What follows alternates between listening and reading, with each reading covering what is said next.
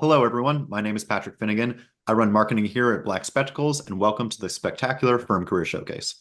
At Black Spectacles, our mission has always been to help architects thrive in their careers.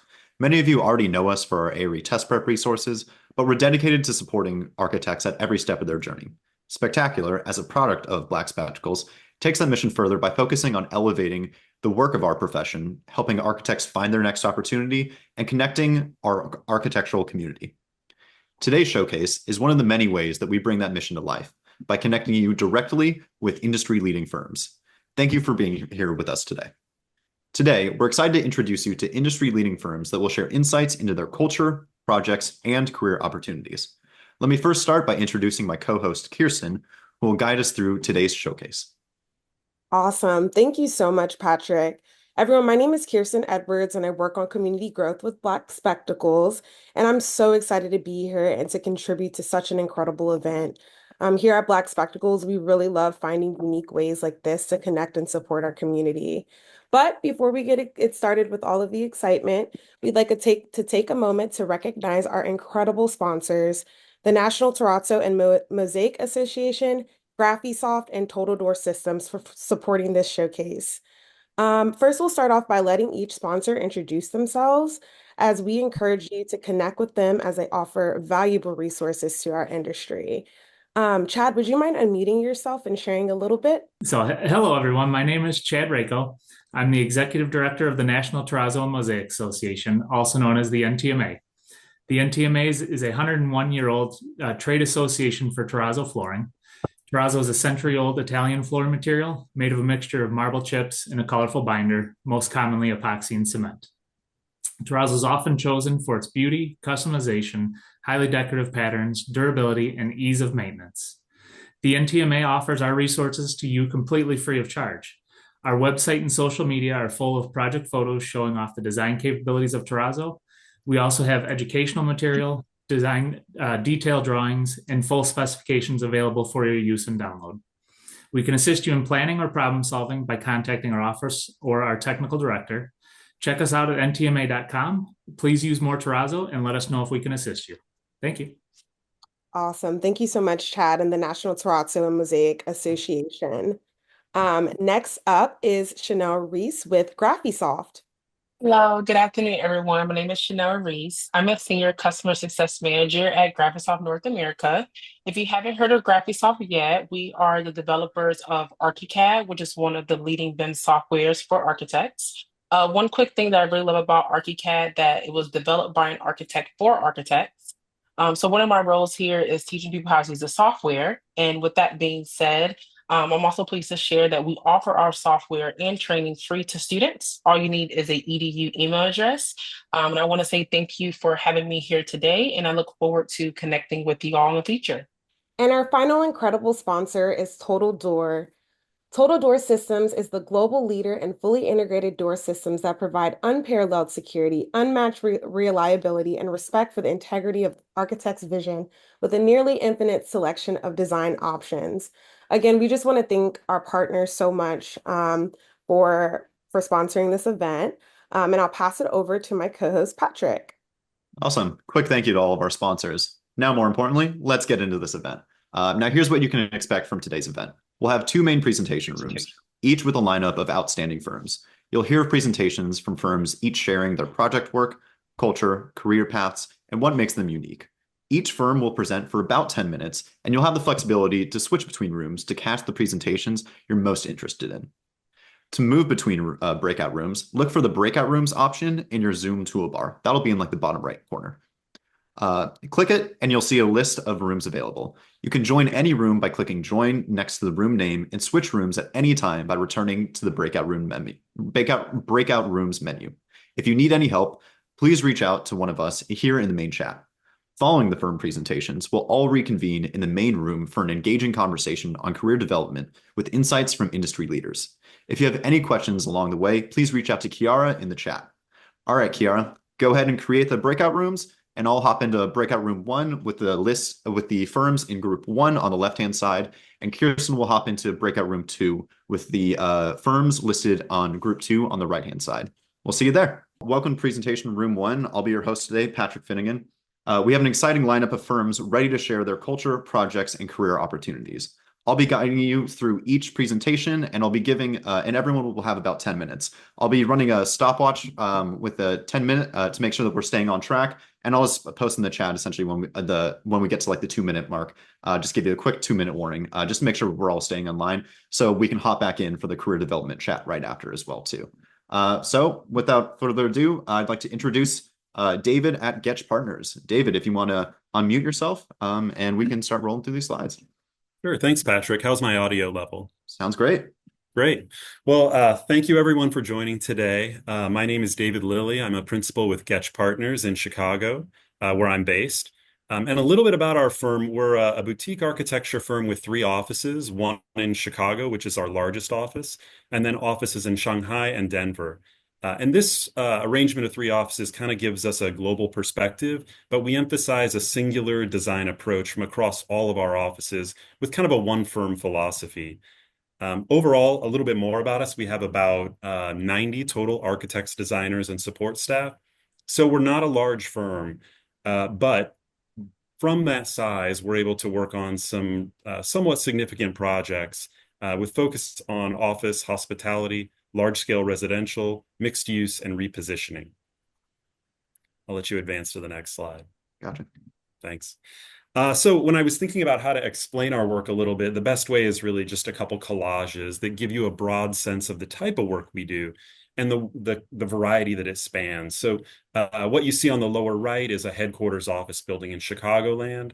On the upper right is a residential tower in Nashville, Tennessee. We're actually looking up at kind of the roof pool, which cantilevers out. And then on the left, a 400+ meter tower in China, which is office primarily, with a Shangri-La hotel at the top of the building. And you can advance to the next slide, please.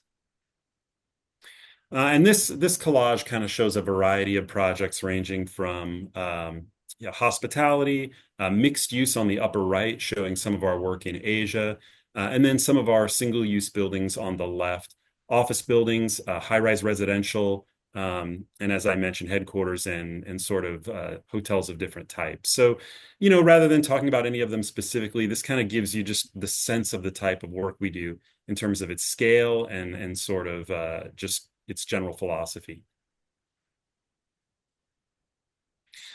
So beyond the work, what I think is actually more interesting is kind of who we are. And one of the challenges of a virtual event is you aren't able to visit a firm's office and really get a sense of the feeling of the firm. I think being in the space with the people also gives you a sense of the firm's kind of energy. But anyway, so, our office that I'm in, which is our main office here in Chicago, is in the top of a light-filled atrium building in downtown Chicago, kind of on Michigan Avenue. We are primarily a firm where we're working in the office 4 days a week. So we don't offer full remote positions. But part of that is because we're not a big firm and we like to have a studio atmosphere. Part of that design focus approach for us means we have an in-house fabrication studio, 3D printing, model shop, and that's kind of an important part of our culture as well. And I think maybe someone else might be unmuted. Yeah, let me see if I can help out with that as well too. Sure. Sorry But about that. anyway, I think being a relatively small firm, given the type of work we do, that really affects us in 2 key ways. One of them is we have a more tight-knit community because we're just not a big firm. But the other one is that we also kind of promote an entrepreneurial spirit where we do kind of try to nurture people in a way where if they're passionate about something or a way that they can sort of advance the firm, whether it's from a technology standpoint or really anything, we try to promote that within the people in the studio. So the people with an entrepreneurial spirit are the ones that tend to really enjoy it in our practice. Yeah. So if you're interested in joining us, where do you go? The first place, obviously, is Spectacular. And currently, we're always looking for people in kind of the 0 to 5 experience range that have a mindfulness for design and that have a strong sort of design technology and graphic skill. We're always looking for people that are in that sort of have that sort of background and those interests. We do have a posting on Spectacular. You can also visit us on our website, where it gives more specific instructions on how to reach out to us if you might be interested in our firm in Chicago. And then I think you can go to the last slide. Perfect. So one of the fun things about this is the team at Spectacular asked us for a few words of advice. And so rather than just hearing my thoughts, I reached out to a number of people on my team and sort of did a survey of what they thought. And I targeted different experience levels. So, but the main narratives that kept coming through was that the advice to sort of stay curious. And this is really for people coming out of school. There might be a tendency to think there's going to be this massive shift in the way you work going from academia into the professional world, but we would sort of encourage you to sort of keep that inquisitive attitude because you're always learning, and the profession really is more about how you're sort of advancing the type of work that firms are doing and learning just as much as school is. The second point from the team was kind of trying to become a technologically forward-looking architect. The world around us is rapidly changing with new technologies. And, I think that's a real differentiator for people that are looking for new opportunities in the industry, is having these sort of future-looking skill sets that maybe some of their peers won't have. And then lastly, don't limit your job search.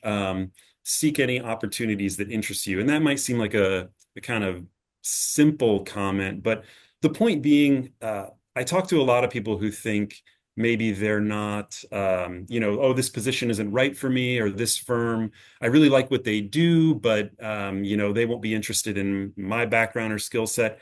That's really for them to decide. We would encourage people to seek out any opportunity that interests you. Your path may not be what you think it is, and as long as you're fulfilled, that's really what matters the most. So those were the words of wisdom from our team, and thank you for joining today. And we hope you have a successful day today. Appreciate it, David. One of my favorite things when we were even designing this event was actually making sure that we had that career advice for people, because we have anyone from a college student to someone just achieved licensure as well too. So this advice is super helpful as well. I appreciate you making the time to talk today. Yeah, thank you. Awesome, thank you. Next, we'll be talking with ParkFowler Plus, and we have David and Katie from ParkFowler Plus. If you want to unmute yourself and go ahead and introduce yourself. Hi, everyone. Can you hear me okay? Yeah, sounds good. Hi, so my name is David Mulder. I'm an associate principal at ParkFowler Plus. And my name is Katie Hart, and I'm an associate at ParkFowler Plus. I think David's going to do the first 2 slides, and then I'm going to hop in. ParkFowler Plus is a woman and minority-owned architecture and design firm here in Chicago. It was founded by Jen Park and Brad Fowler in 2022. This was after transitioning and rebranding from when they were managing partners at Brindstone Lynch Architects. So I would describe us as a smaller but nimble firm with a wide reach.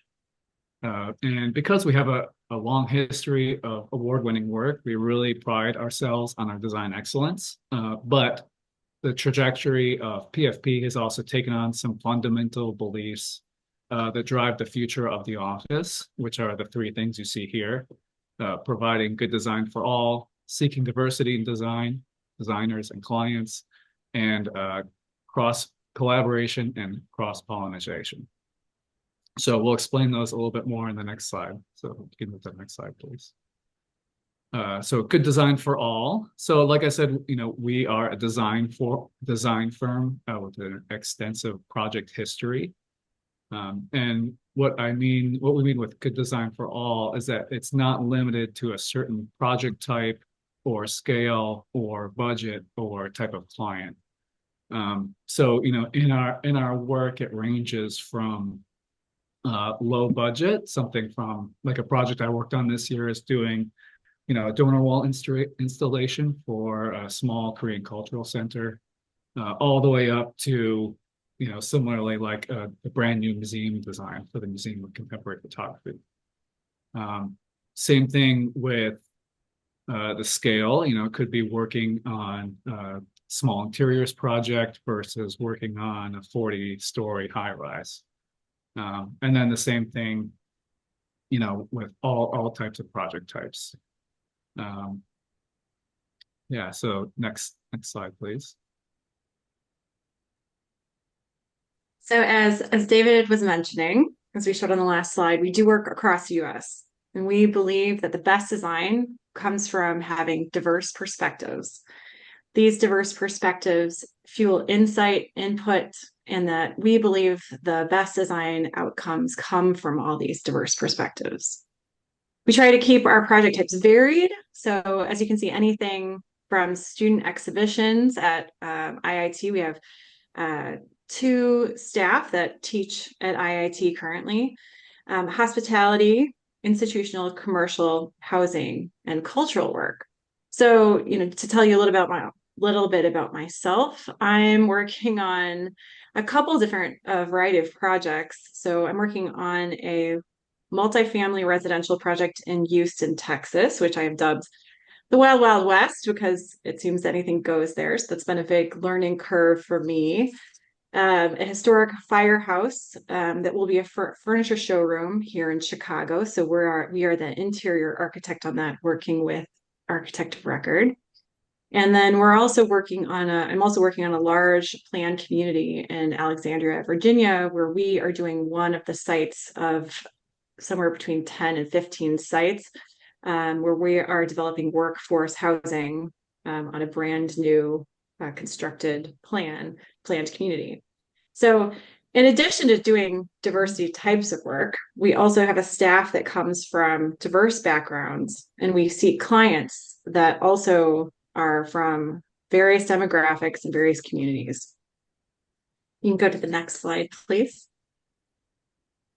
And we know that our designs would not come to fruition without a good team around us. So that's everybody from who we're working with as our staff, but we enjoy collaborating with others. So our consultants, students, we get some great perspective from students, the community, and from other architects.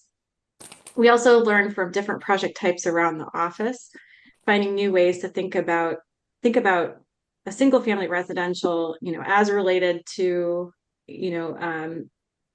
maybe a furniture showroom we're doing, and how there might be that cross-pollination of different project types.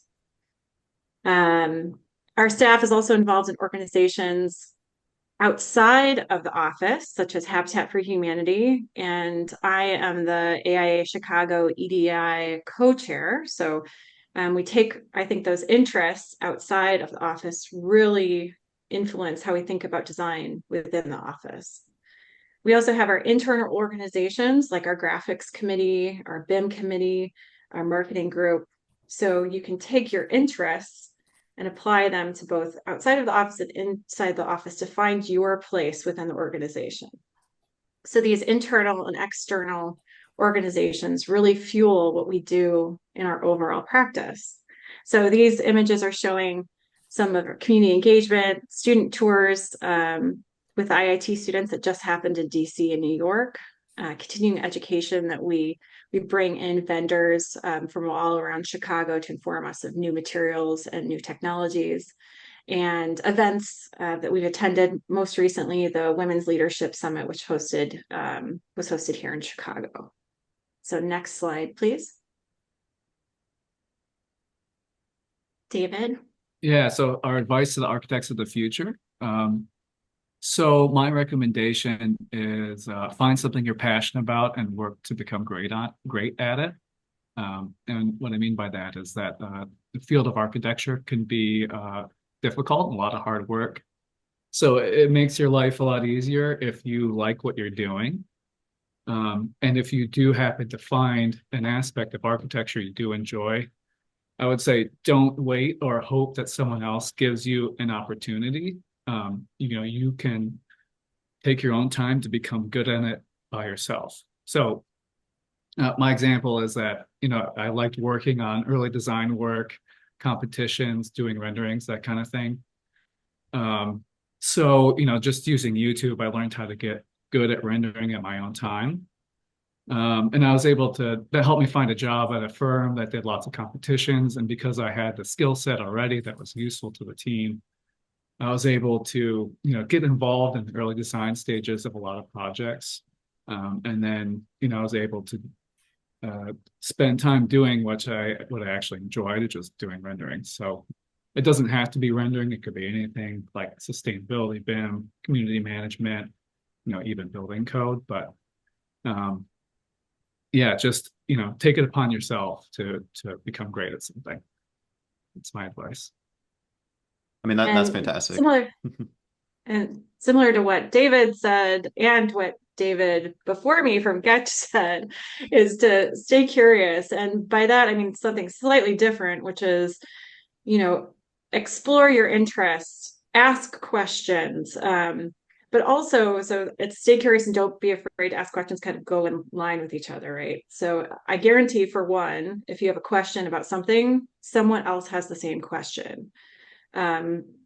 But you have to trust yourself whether or not what the right time to ask the question is, and to try to dig into things on your own if you can. So do some research about the question you might have, and then come to your superiors or your coworkers with, hey, I heard this in the meeting. I didn't quite understand it. This is what I was gleaning from what we heard. Is this correct? What does this mean? And the stay curious is, like both Davids have said, just find what you're interested in, dig into it more, ask the questions, research it. I think what's great about architecture, and I think the individuals that really excel in it, are ones that there's always new challenges. There's always something new, whether you're 5 years out of school or 15 years out of school, there's always things that you can learn from both the community, from your colleagues. And I think it's a fantastic aspect of our profession. Awesome. Thank you so much. Yeah, go ahead. Yeah, I was gonna say, Patrick, really quick, we have our email at the bottom here for sending your resume, portfolio, and cover letter to. We're always excited about new applicants. We're always looking for people that are excited and have something unique to bring to the table. We always appreciate a good cover letter that shows how you might be different from others. Dave, anything else that I'm missing from that? I think you got it. Yeah, just make sure to spell check. Yeah, very basic but important. It is. It truly is. I appreciate you taking the time for this. And then if anyone watching is interested in sending their resume, portfolio, and cover letter, send that over to careers@pf.plus. And they'll be in touch. And also mention that you saw them at this Firm Career Showcase as well too. That's the whole point of this. We want to be connecting you guys. Truly appreciate you taking the time, David and Katie. Thank you. All right, thank you. Thank you. Awesome, thank you. Next we have NORR Architects. And here we have George and Haley. If you want to unmute yourself and introduce yourself, welcome. Sit. No, sit. You ready, George? Yeah, there you go. Hey, Haley. Hi. Is your audio working, George? I can't hear you. Yeah, I can't hear you yet, George. Looks like you're unmuted though, but.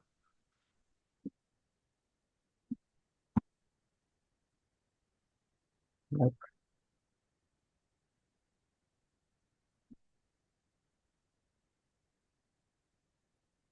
Switching platforms is always a challenge. We're used to Teams, and you go to Zoom, it's a whole new party. We're a Google Meets company too. Yeah. Yeah. You think after all this time we'd get really good at it, but it's still a challenge. They change it every like 3 to 6 months also with like the I had an update when I signed on this morning. So yeah, exactly.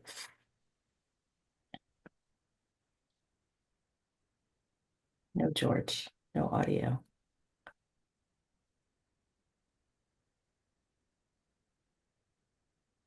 Well, I guess I should get going. So welcome. I am Haley Driscoll from NORR. I am a principal in our Philadelphia office, leading up the health sciences sector in our Philadelphia office. And George is our vice principal of residential and he's in our Chicago office. Maybe he'll get his audio going, but we're about an 800-person firm of architects, engineers, and planners and interior designers. I'm actually an interior designer, just to add an interesting wrinkle to this. So I may sit in a slightly different camp than some of you, but what's really important in NORR is that we work in interdisciplinary style. So we work very collaboratively across all sectors. This is just an example of some of our highlights of our achievements over the last year, that we are an engineering firm and in the top 300 architecture firms and in the top design firms for general buildings. I think we can move on to the next one. We are comprised of 12 different sectors at the moment, listed here: commercial, education, health sciences, hospitality, industrial, justice, public buildings, residential, transportation, science and research, retail, and restaurants. And we work across these sectors as well. We're located in the UK. Our headquarters is in Toronto. And then we have offices in the US as well, in Philadelphia, Chicago, Detroit, and Sacramento. But what we're also finding is we've shifted in the last few years to be more sector-based. So as a result, we're working really much more collaboratively across regions. So for instance, in the health sciences sector, now I'm working on projects in Canada and with colleagues in the UK and presenting at conferences in different regions and really have a much more vast opportunity to engage across the globe now. Let's see, we can move on. With Life at NORR, we have a couple of different ways of working now where we engage. We are working primarily in a hybrid scenario. A huge amount of our employees work from home. And so Life at NORR is a really important aspect of how we keep engaged in a personal way and continue to know our coworkers. So we have a couple of different ways in which we do that. NORR Forward is a organization that we've formed that really is focused around DEBI issues and reaching out in the community and being aware about how we can raise awareness within the education forums within our local schools. We're a host firm for the ACE mentorship program. We do things like Construction, which is what the image at the bottom here is, which is a fundraising food drive. There are different social ways that we reach out, but then we also do a lot of things that are super fun. We organize and host, happy hours in the office and bowling nights and have company picnics and all those reasons why we get together in a social way. We just won third prize in a Halloween costume this past week. So all kinds of fun things that we get to do. So it's a vibrant workplace that we have that we're pretty proud of. Did I hear you, George? No, he's still on mute. Okay. I'm going to just keep going then. Yeah, appreciate you taking the reins on this. Yeah. Woo. In terms of job opportunities at NORR, we have a pretty robust list of job opportunities on a regular basis that you can find through LinkedIn and also on our website. So, really the QR code here is a great place to start. It'll take you right to our website and what the postings are. You'll notice that they're listed by regions and opportunities. So there's many ways you can filter and sift through looking to see. And because we work remotely in many regards, it gives you more opportunity to possibly engage in a different part of the region, country than where you possibly may be sitting today. Can you hear me yet? I can. welcome, Look George. at you. Oh, George, I missed you. Oh my God. Hello, Happy Monday, George. You know, just keep going, Haley. I think Blah, blah, blah. oh, Yeah, did I miss anything on the first three slides, the four Did we talk slides? about the different offices? I did want to mention the Yeah, fact that we are okay. Yeah, in the US, I didn't get into the details of what we have in Canada and the UK, but we've got a bunch. Got it. I'm going to quickly just mention that because one thing that we've done at NORR, and so sorry about that, folks. We a couple of years ago we flattened out the company. What I mean by that is where we used to be sort of regionally based, and each office or region would do certain market sectors. A couple of years ago, we flattened it out so that we're organized by market sector. So what this has allowed us to do is, although we have the 4 offices in the U.S., Sacramento, Chicago, Detroit, Philly, we have 4 in Canada, in Calgary, Edmonton, Toronto, and Ottawa. But it's allowed us to really diversify those different areas, different cities, and as well for you to connect with people from different regions, areas, and in different sectors. So we just felt that it's a great way to sort of be able to develop the skills that you have with people from these different regions, as well as finding out what folks from different regions are doing. And I think even more so now, in our virtual environment. And I think, Haley, you were going to start to talk about how we're working now and what's going on in our offices, because most of our offices now, we're going through a reorganization where we're actually changing up the construct of the office and the actual kind of real estate footprint of the office. And maybe with that, Haley, you could go on and talk about a really good example in our Philadelphia office. Right after COVID, our lease was in negotiation.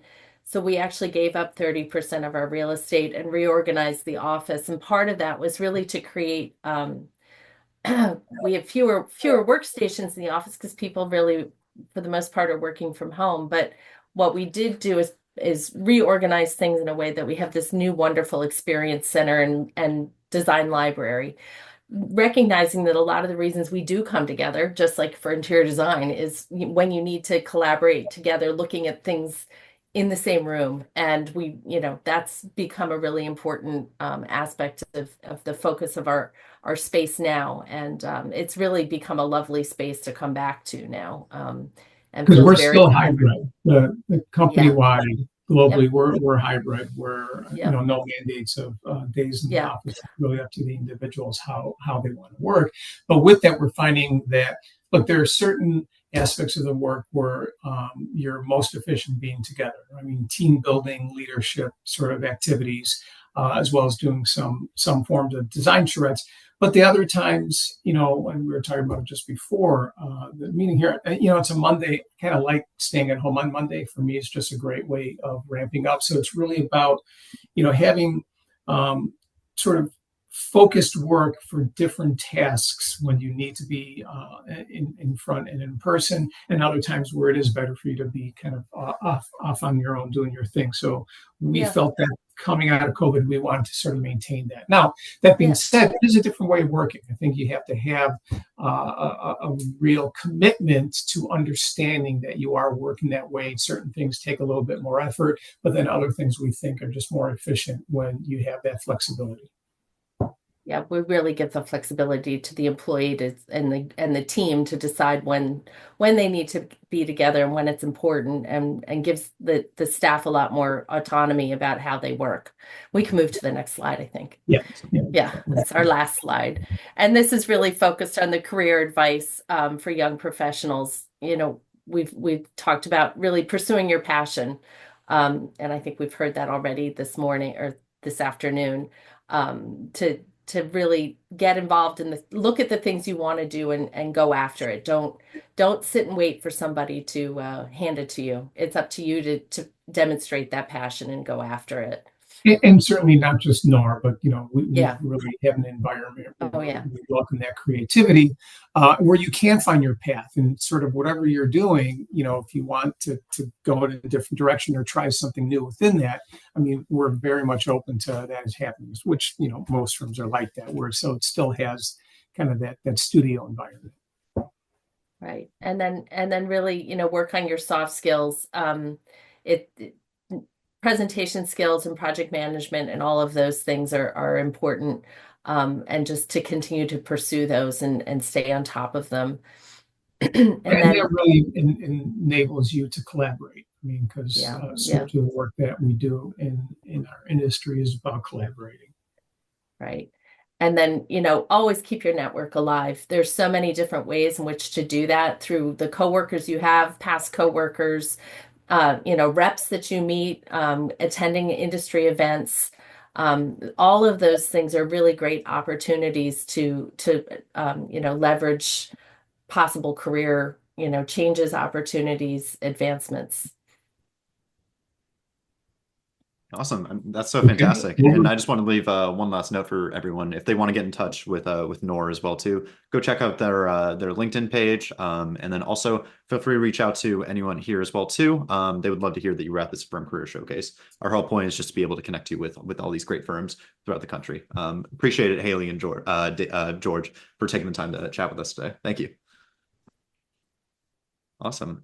Next, we're going to be talking with Moseley, and we have Tamara at Moseley, right? Tamara, if you want to unmute yourself and introduce yourself. Sure, absolutely. Can everyone hear me? Yeah, sounds good. Happy Monday. Great. Thank you. And I'm going to keep Patrick busy today because I think I have a few more slides than everyone we've seen so far. But let me try to impress my boss. Let's see what we can do. Exactly. But good afternoon or good morning, depending on where you're located. Thank you all for being here today. I'm Tamara Langhorn, and I like to tell people it rhymes with camera. That's a good way to remember how to pronounce it. But Tamara Langhorn, and I'm the recruiting and marketing specialist here for Moseley Architects. At Moseley, we're more than just architects. We're an architecture, engineering, and construction firm. We actually have a team of over 340 employees across 4 states. And collaboratively, we focus on designing solutions, building trust, and enriching lives. We can progress. I'm certainly going to share a lot more details with you about Moseley and what we do. Let me first tell you a little bit more about myself. I'm a University of Virginia graduate with an HR and marketing degree. I consider recruiting to be a sales and a marketing function, and I really enjoy engaging with top talent within the AEC field. Moseley is definitely growing, and we focus on engaging with and hiring both entry-level and experienced talent who fit our culture and also enjoy making communities better. Ooh, sorry, got a little distracted there by the chat. We can go ahead and proceed. Don't worry. So on the next slide, we've got kind of a map of our locations. And we're actually headquartered in Richmond, Virginia, which is where I'm located. You might have noticed I had a Southern accent, but probably already noticed that. We actually have 12 offices in total. Here you see our locations north to south across the Mid-Atlantic, and our offices are in Maryland, Virginia, North Carolina, and South Carolina. And we can move forward. Our firm really has a very expansive history. We were founded over 55 years ago, and we've grown both organically and through several mergers and acquisitions. Currently, the 2 largest offices that we have are Richmond and Baltimore, and our president is Jeff Hyder, who's actually based out of our Virginia Beach office. Next slide, please. When I interview candidates and applicants, many of them ask me about Moseley's values. In fact, it's probably the most common question that I hear when I open up the interview for questions from the applicant. We absolutely have a very thorough and complete set of core values that we're very proud of and we connect with on a regular basis. We've got a number here on the screen, but I'm going to demonstrate a few of them in a little bit more depth. Foster. We certainly foster an exciting work environment in which we support and cheer for each other. And one example of this is our first Thursday meeting.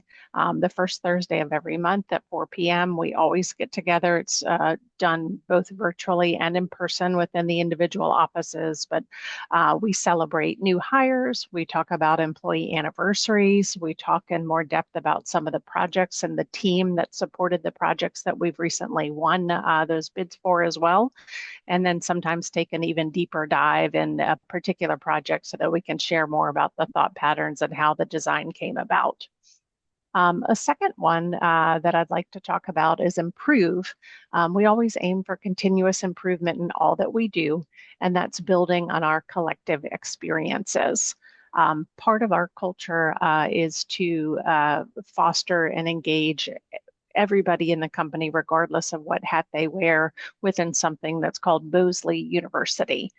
These are both in-person classes. They're also pre-recorded classes, and they could be on a variety of topics, whether it's design related, presentation related, different professional skills as well, but we're always focused on improving.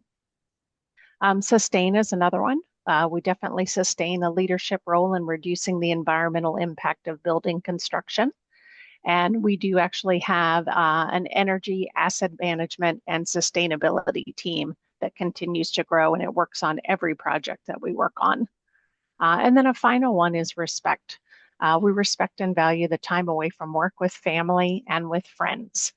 We definitely have a very strong work-life balance. We actually work a hybrid schedule. Everybody is Monday, Tuesday, and Thursday in the office. And then if you want to work from home, you can do that on Wednesdays and Fridays. And that's one of the ways that we, really kind of respect and value our employees' time. We also offer a very business casual attire while folks are within the office as well.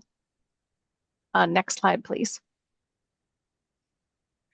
Here we've just got some pictures of our team out and about in the community, folks playing volleyball, going on different construction sites and site visits. I can see up in the top there a little bit on the right, we're at an awards presentation. This is for our K-12 sector, a happy hour there in the bottom middle. And then one of my favorite events to see there in the bottom right says that groundbreaking ceremony. I love when I'm watching the local news at night and I see a groundbreaking ceremony and know that it's one of the projects that we've worked on. That's really exciting to me as an employee. Next, please. We do work on projects nationally, and the states that are highlighted here in gold represent all the areas that we're licensed within. And then we can move forward, please. Sorry, kind of toggling here between a few. The sectors that we work within, it's really kind of strictly these 6 sectors. We work within the civic area, and on later slides, I'm going to actually show some of the completed projects within these various sectors as well. We do a lot within higher education. So lots of colleges and universities, both locally here in Virginia and around the country. The justice sector, and that can include various law enforcement facilities, even detention centers, jails, and prisons. Our largest sector is actually K-12, so we do a lot of work on elementary, middle, and high schools. And then we also work within multifamily housing. And then our final sector we work within is senior living. The multidiscipline team here at Moseley works collaboratively, and we like to produce designs that incorporate functional, aesthetic, and technical elements. And the next few slides, like I said, are going to be some photos of our work, some of our amazing projects that have actually been built and already come to life. So on this slide, you see a variety of different projects within the civic sector: city halls, courthouses, training centers, fire police stations, libraries, even recreational centers as well. Then the next. These are various projects here. Whoop. I think we may have gone. Yeah, that's my bad. One ahead. There we go. These are various, thank you, within higher education. So these are all the different colleges and universities, and it's a variety of projects that we worked on for these clients. Just to name a few of the colleges that we've worked with: Virginia Tech, University of South Carolina, James Madison University, Clemson, UNC Wilmington, University of Maryland, Old Dominion University, Wayne Community College, Wingate, Radford, and also College of Charleston. So just to name a few. And then the next slide actually focuses within the justice sector. And as I mentioned, these could be detention centers, jails, even correctional institutes. And then the next slide, really just 3 left here on these projects. This is some of the photos of our K-12 work, those elementary, middles, and high schools. And our next slide is actually showing some of our recent projects within multifamily housing. And then the final slide of photos there are some senior living projects that we've completed. And the next slide actually brings in some of the advice for young architects. And this does, kind of resonate along with some of what we've seen already and heard from other firms as well. But the top two quotes are actually from folks who are more seasoned within our organization and some of their advice. Definitely being a lifelong student of design, never stop studying it. Even read articles from publications and follow the work of firms that you admire. The second quote talks about not being so client focused that you lose sight of the big picture. We're here working and we have the power to make the world a better place. And then the final three quotes that are here at the bottom are actually pieces of advice from recent interns. They encouraged people to ask questions, also encouraged people to advocate for themselves and ask for help when they need it. And then the final one talks about remaining user focused as well. That's fantastic. Right, so next Thank you so much. And then in order to get in touch with us, if you'd love to see more our job postings, in addition to our recent projects, moseleyarchitects.com is the best place to do that. I also encourage you to follow us on social media, whether that's LinkedIn, Facebook, or Instagram. And I do know that every Wednesday on LinkedIn, we do have a showcase project or showcase job of the week out there on LinkedIn. But all of our posts can be found specifically on moseleyarchitects.com. And then Indeed is another good spot to find our listings. That's great. Thank you so much, Tamara. And I'd also Absolutely. give a quick little advice for anyone that's here watching right now. To send them a note on LinkedIn. Try to connect with people on LinkedIn as well too. When you send a connection, also send a message saying, "Hey, I met Tamara at the Firm Career Showcase." It makes it so that you can kind of get above the fold when you're reaching out to people, and it gets more of a human to human connection. But appreciate you taking the time today, Tamara. Thank you. Awesome. Next, we are going to be talking to SLH, and we have Pam from SLH. Pam, if you want to unmute yourself and introduce yourself, that'd be great. Hi, welcome. I'm Pam Lemaster Millett, one of the two principals at Searle Lemaster Howe Architects, SLH, because that's kind of a mouthful. Our firm has been around since the 1990s. Our esteemed and recently retired partner, Linda Searle, started Searle and Associates back in 1990. She is actually the most recent recipient of the AIA Chicago. Sorry, I just got over having a cold this weekend, so I've got to take another drink here. There we go. Linda just received the Lifetime Achievement Award. So we've been kind of celebrating that for last month or so. And now Greg Howe, my partner and other principal, and I, we oversee operations of the firm. We're located in Chicago. We're a very small, intimate office. I think there's been times we've had around 13 people, we've had 8 people, everywhere in between. But we're focused mostly on the Midwest, Chicago area, Wisconsin, Michigan. We have done some work as far afield as Florida, Utah, the Caribbean. So, but mostly we work in the Midwest. If you want to go to the next slide. These are some examples of some of the work that we've done. We're probably most well known for custom residential, a lot of single family homes, additions, also interior work, condominium remodelings, a little bit of, I guess I would call it adaptive reuse. We kind of joke that clients with unusual buildings tend to seek us out. We've converted old public bathhouses to residences, churches, factories, a bowling alley. We really kind of pride ourselves on being collaborative with our clients and kind of taking each project and really digging into what makes it unique and special.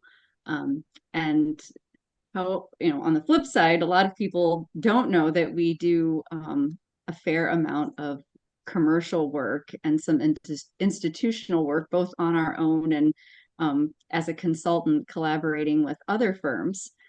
So in the upper right and left corners and the lower left are a few projects we included where we have collaborated with other architecture firms. We've done some multi-unit housing and, brought our interior design services into select furnishings and materials. We've also been the interior architect for an addition for a Chicago public school, which was a really great experience getting to work, hand in hand with the principals and kind of getting to know their needs. And then we've, done some work at a corporate campus for non-for-profit that's in the upper right. So it's kind of a mixed bag of things, but it tends to be work that is really looking for something unique that we can kind of bring the sensibility that we use with our residential clients and kind of fill in some of the gaps in terms of just, really dialing into very fine, minute details and finding a solution. If you want to go to the next slide. This is our office culture slide. This is our office in River North neighborhood of Chicago. It's an older building that we've kind of been in for, since 2000, I think was when we moved here. This is a more recent update, of course, but I like this photograph because I think it's a good example of collaboration, because off to the right, you can see a painting that one of our clients actually did. They took a sketch of ours from design from a meeting and turned it into a painting that they then had on display as part of a collection and then gifted to us later. And underneath it is a model, more recent, that intern built of one of our projects, working with a residence for a kind of a unconventional extended family on a house. And we have found that we will use kind of any and every tool that we have at our disposal to make sure that everyone in the office, consultants, clients, really understand the design, so that everyone feels like they are a vital part of what we're doing. And so even if it means getting out the X-Acto knives and the chipboard, we'll make a model, we'll do a rendering, whatever it takes to make sure everyone feels that their voice is being heard. At the bottom of the screen are just some fun photos of our office staff. We've participated in some different design competitions. The one on the left is a piece of artwork we created for a charity, and they were auctioned off. And just as an example, some of our other work that we do, we take some field trips kind of during all different parts of construction, so that like younger staff can kind of understand some of the difficulties that we've had recently, if say building detail, and just as to add to that learning experience. I think that with the smaller projects that we do, because there's only maybe a couple people working on a given project at a time, it's really helpful to include the whole staff and make sure that everyone really can learn as much as they can. So sometimes we've found that we have to break out of the office. So there's just some pictures at the bottom there. And then the one on the boat is just us out having fun in Chicago on a nice breezy afternoon in the fall. we thought it would be nice to include some of our more recent work and some of the things that are not residential that we do. We've worked with a variety of different entities. We had a contract with the GSA, and right now we're working with Cook County on remodeling a social services office. Because we are a smaller firm, unless we happen to be, partnered with someone as a joint venture or as a consultant, our institutional work tends to also be of a smaller scale, and rather unusual. The picture on the right was a installation of a Sol LeWitt sculpture in Chicago that needed to be partially taken down because the brick wall behind it was falling apart. So we came in and assembled a team and worked with the General Services Administration to, kind of figure out how to fix a wall without destroying a piece of artwork. So there are all these very distinct and unique projects that, we kind of come in and lend our ear and our assistance with figuring out what is the best way to get them done. And then real quick on the upper right is a project we recently completed where we did a ground up multifamily building, which is a little bit of new territory for our firm. And typically we would not take on a project where we're building something on spec. Because we do so much value the collaboration with our clients. However, this particular developer wanted to do something very special that was founded on universal design standards. And it was something that we just felt was so particular and unique and, really pushed multifamily housing in a little different direction, and that we wanted to be a part of it. So, lots of different things that we do, different scales, different building types. But, I think even after practicing for 26 years, it's great to keep learning new things. And, I think people who come to work for us,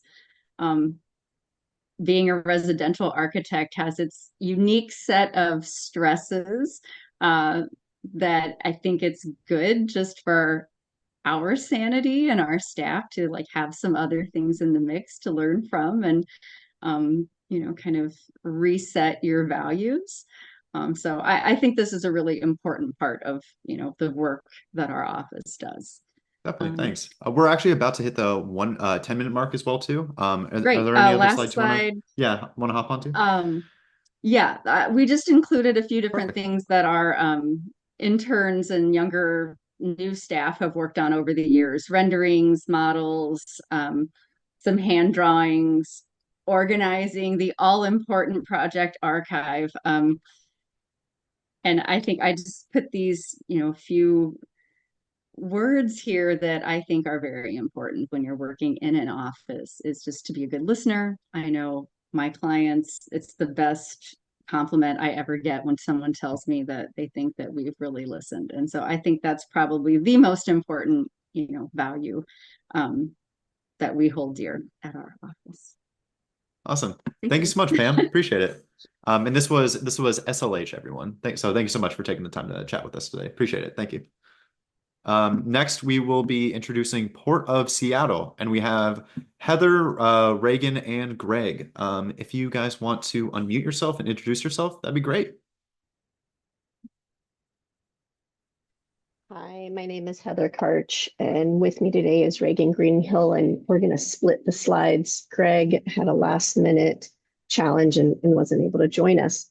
No worries. But I just wanted to, we're really excited to be here today. This is our first time participating in this event, and I feel that we stand out because we work on the owner's side. And so what we offer is a really unique internship experience. Our team is broad, that we have both architects, we have accessibility professionals, signage, and also BIM professionals. And the Port of Seattle, probably you're like, what is the Port of Seattle? But the Port of Seattle operates both Seattle-Tacoma International Airport and our maritime facilities. And we our team, the Aviation Facilities and Infrastructure team, focus on Seattle-Tacoma International Airport. We recently celebrated our 75th anniversary. And with that, as you can imagine, there have been a lot of different designs over those years, and we continue to expand and are, kind of, I don't know the exact percentage of where we are, but we're on a multi-billion-dollar capital. We have a multi-billion-dollar capital program to both renovate our facilities as well as expand. And we need help doing that. And with that, we have an internship program. So over the next few slides, we'll talk to you a little more about who we are and what we do. Oh, sorry. Can you go back one more just for one second? My bad. It's all right. Almost there. But what we're doing, so we are responsible as the architecture team that for the airport, ensuring that to support the operations of the airport, that we work with architects, with the outside architects, which are many of the firms, you might see it in either one of these breakout groups. We work with them to make sure they're designing the space that we need to support those operations and have the best passenger experience. And you can see our guiding principles for design at SCA is to be integrated and intentional, inviting and inclusive, and inspiring and innovative. Next slide. So just to understand what we do, like I said, we represent the owner.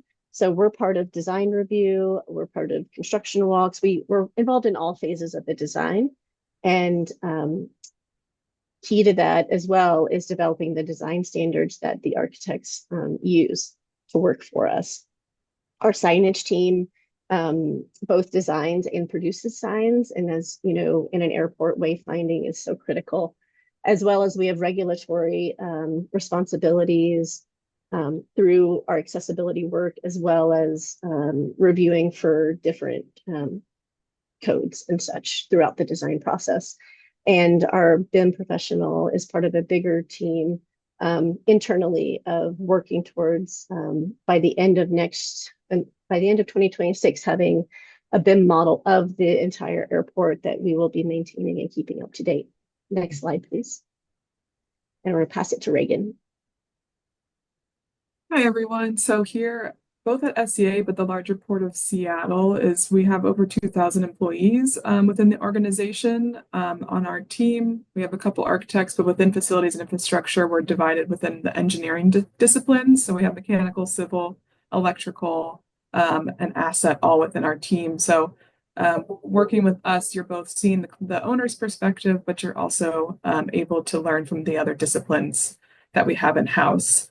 As Heather mentioned, we're about the passenger experience, so we're always striving to improve it, both for like long-term durability, the aesthetics, and then within the larger Port of Seattle, there's always an equity, diversity, and inclusion. We have a very strong department that offers year-round trainings, events. So that's a nice aspect that you can really learn just and better yourself in that aspect. We have wonderful employee benefits, great work-life balance, and our internship program is throughout the port wide. We have our own additional elements to our teams, but you'll be working and attending events for all interns during the summer that focus on career development. But another aspect for our team's career development is that I run the Lunch and Learn program. So we bring in our outside product reps to offer continuing education that gets really into the depth of the technical aspects of materials that we often use in our facilities.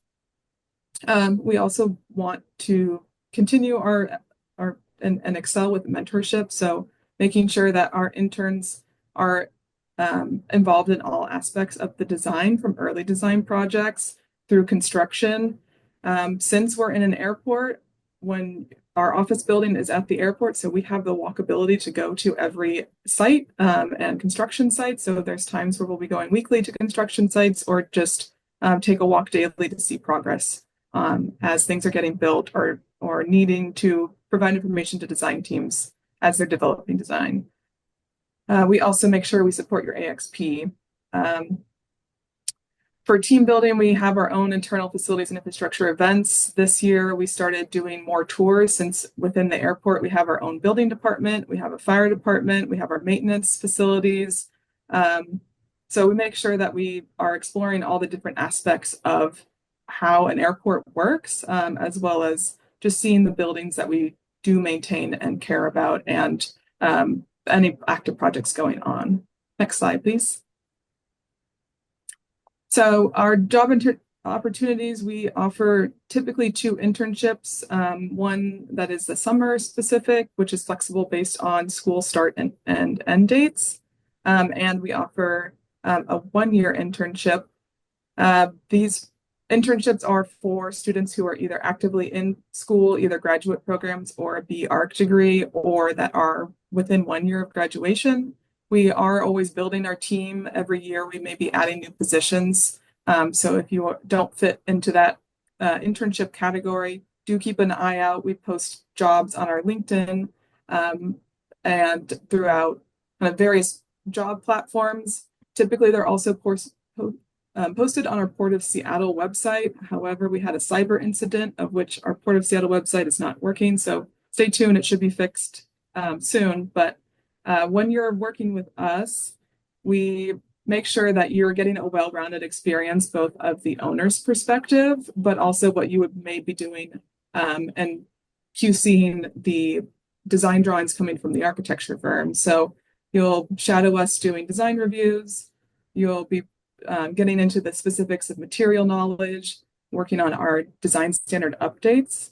You also have the ability to talk to all the different disciplines that we have within the port, talking to the project management teams, the construction teams, our environmental team, our art team, whatever interest that you may have and who we work with, we encourage you to go meet with them or job shadow them. And then one of the main things that we do every summer is asset verification, which is part of our asset management program, but that involves heavy skills with how to read plans. And then I think of it as a fun scavenger hunt that you have to go around and find everything in the campus to verify it. So that's kind of an example of what you would maybe be working on with us. Next slide, please. So our final slide is just some career advice. Both our team put this together with what we thought was helpful. First, don't limit yourself. That we ended up leaving the traditional architecture firm to come to the owner side. So always look for different opportunities that you think align with what is interesting to you, and set yourself up for success for future opportunities.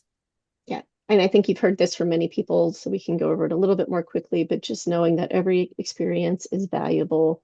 You never know where your career is going to take you and what your next project will be. So just embracing all the opportunities you have to learn and grow. Next, we want to just keep saying that getting connected, building your network, volunteering, these help you find your next jobs or just developing yourself and your skill set. And as well as if you find people that you think are really strong and interesting design professionals, ask them to be mentors. Everyone has a mentor at some point. So feel free to talk one-on-one with people. Next. Yeah, just continue to grow, dive deep, as many have said. If you find something you're interested in, explore it, learn more about it. You never know where you're going to go, and just really find your passion with it and continue to learn in multiple formats, not just one way, and you'll find something great. And lastly, just I think what other people have mentioned as well is always go and look at architecture. When you travel, when you're in your own town, there's always something to learn. Look at the details. And at least for us, when we travel throughout every airport, now we're always looking at every airport design, since that's the only time we really have to go look at them. So thank you all for your time today, and I hope you do consider a career within the Port of Seattle or even on the owner side at any facilities team. Heather, any closing words? Just thank you so much. We live in one of the most beautiful places in the country. We'd love you to come explore it with us and learn more about aviation and architecture. Thanks for your time. Awesome. Thank you so much. And also, if you're interested in finding these internship opportunities, go check out Port of Seattle on LinkedIn as well too. And little quick thing is my mom just moved to Seattle as well too, so that's now my main airport that I'm flying into for all the holidays. So appreciate all your work for that. Thank you. Awesome. So next we're going to be talking with WSP, and we have Jade Sola and Haley from WSP. If you guys want to unmute yourself and introduce yourself, that'd be great. Thank you. Hi, everyone. Can you hear me? Yeah, welcome. Hello, good afternoon, everyone. My name is Jadisola Ayodeji. I'm an associate architect at WSP, and I'm here with.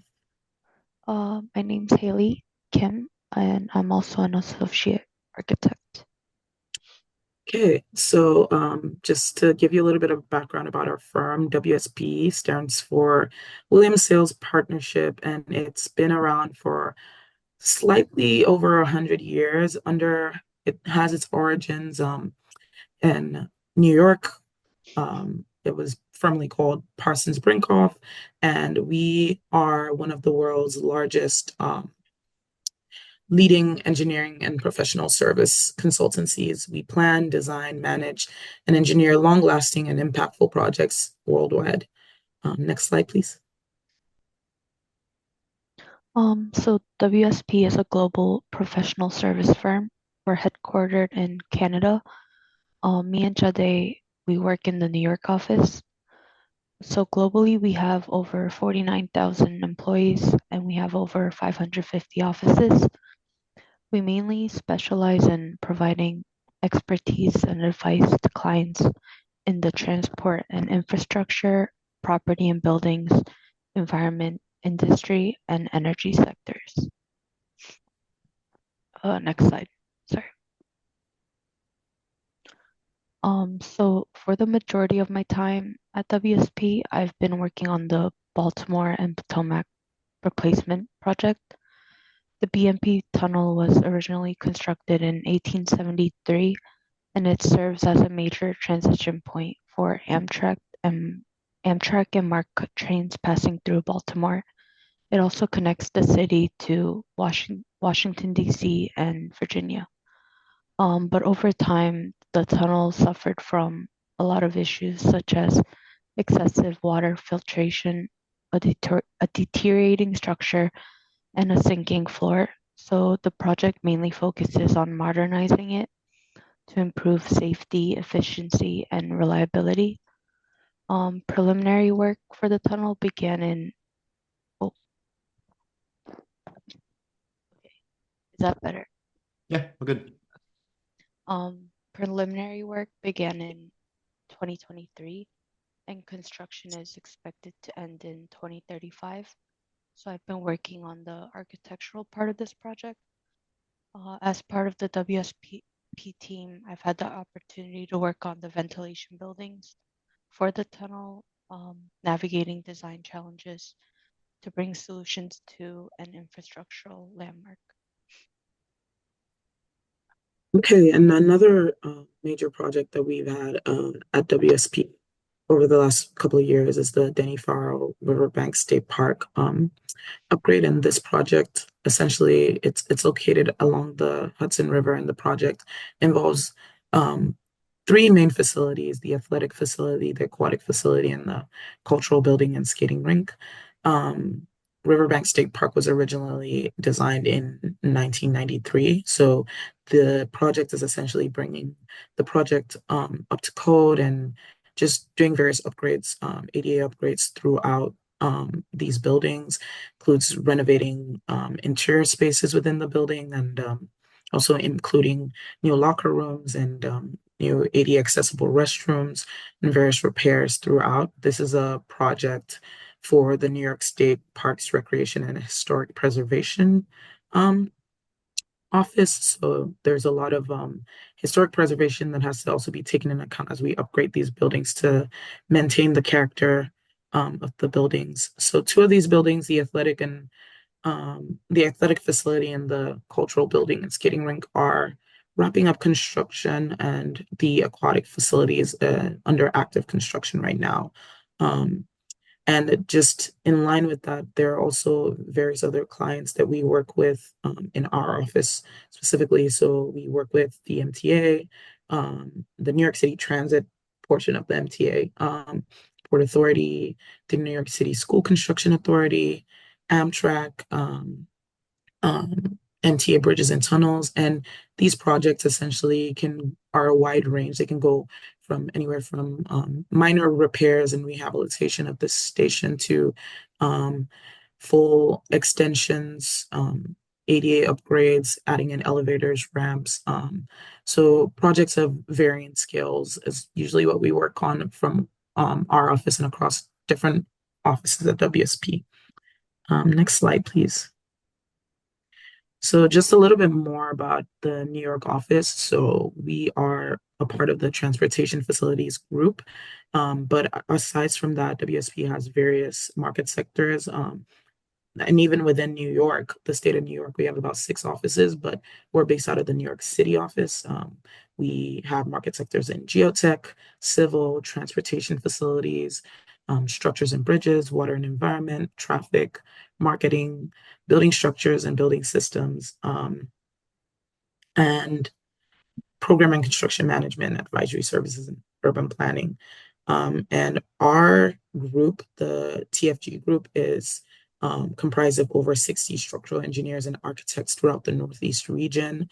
A little bit more about the culture of our office. We are in the office about 3 days a week. So you can choose what days you want to come in. We also, because we are an office of multiple disciplines, there's many opportunities to kind of network with, besides working on projects with them, you can also work with the various engineers and other disciplines just by virtue of attending happy hours or other events. I know someone had mentioned construction. We also recently participated in construction.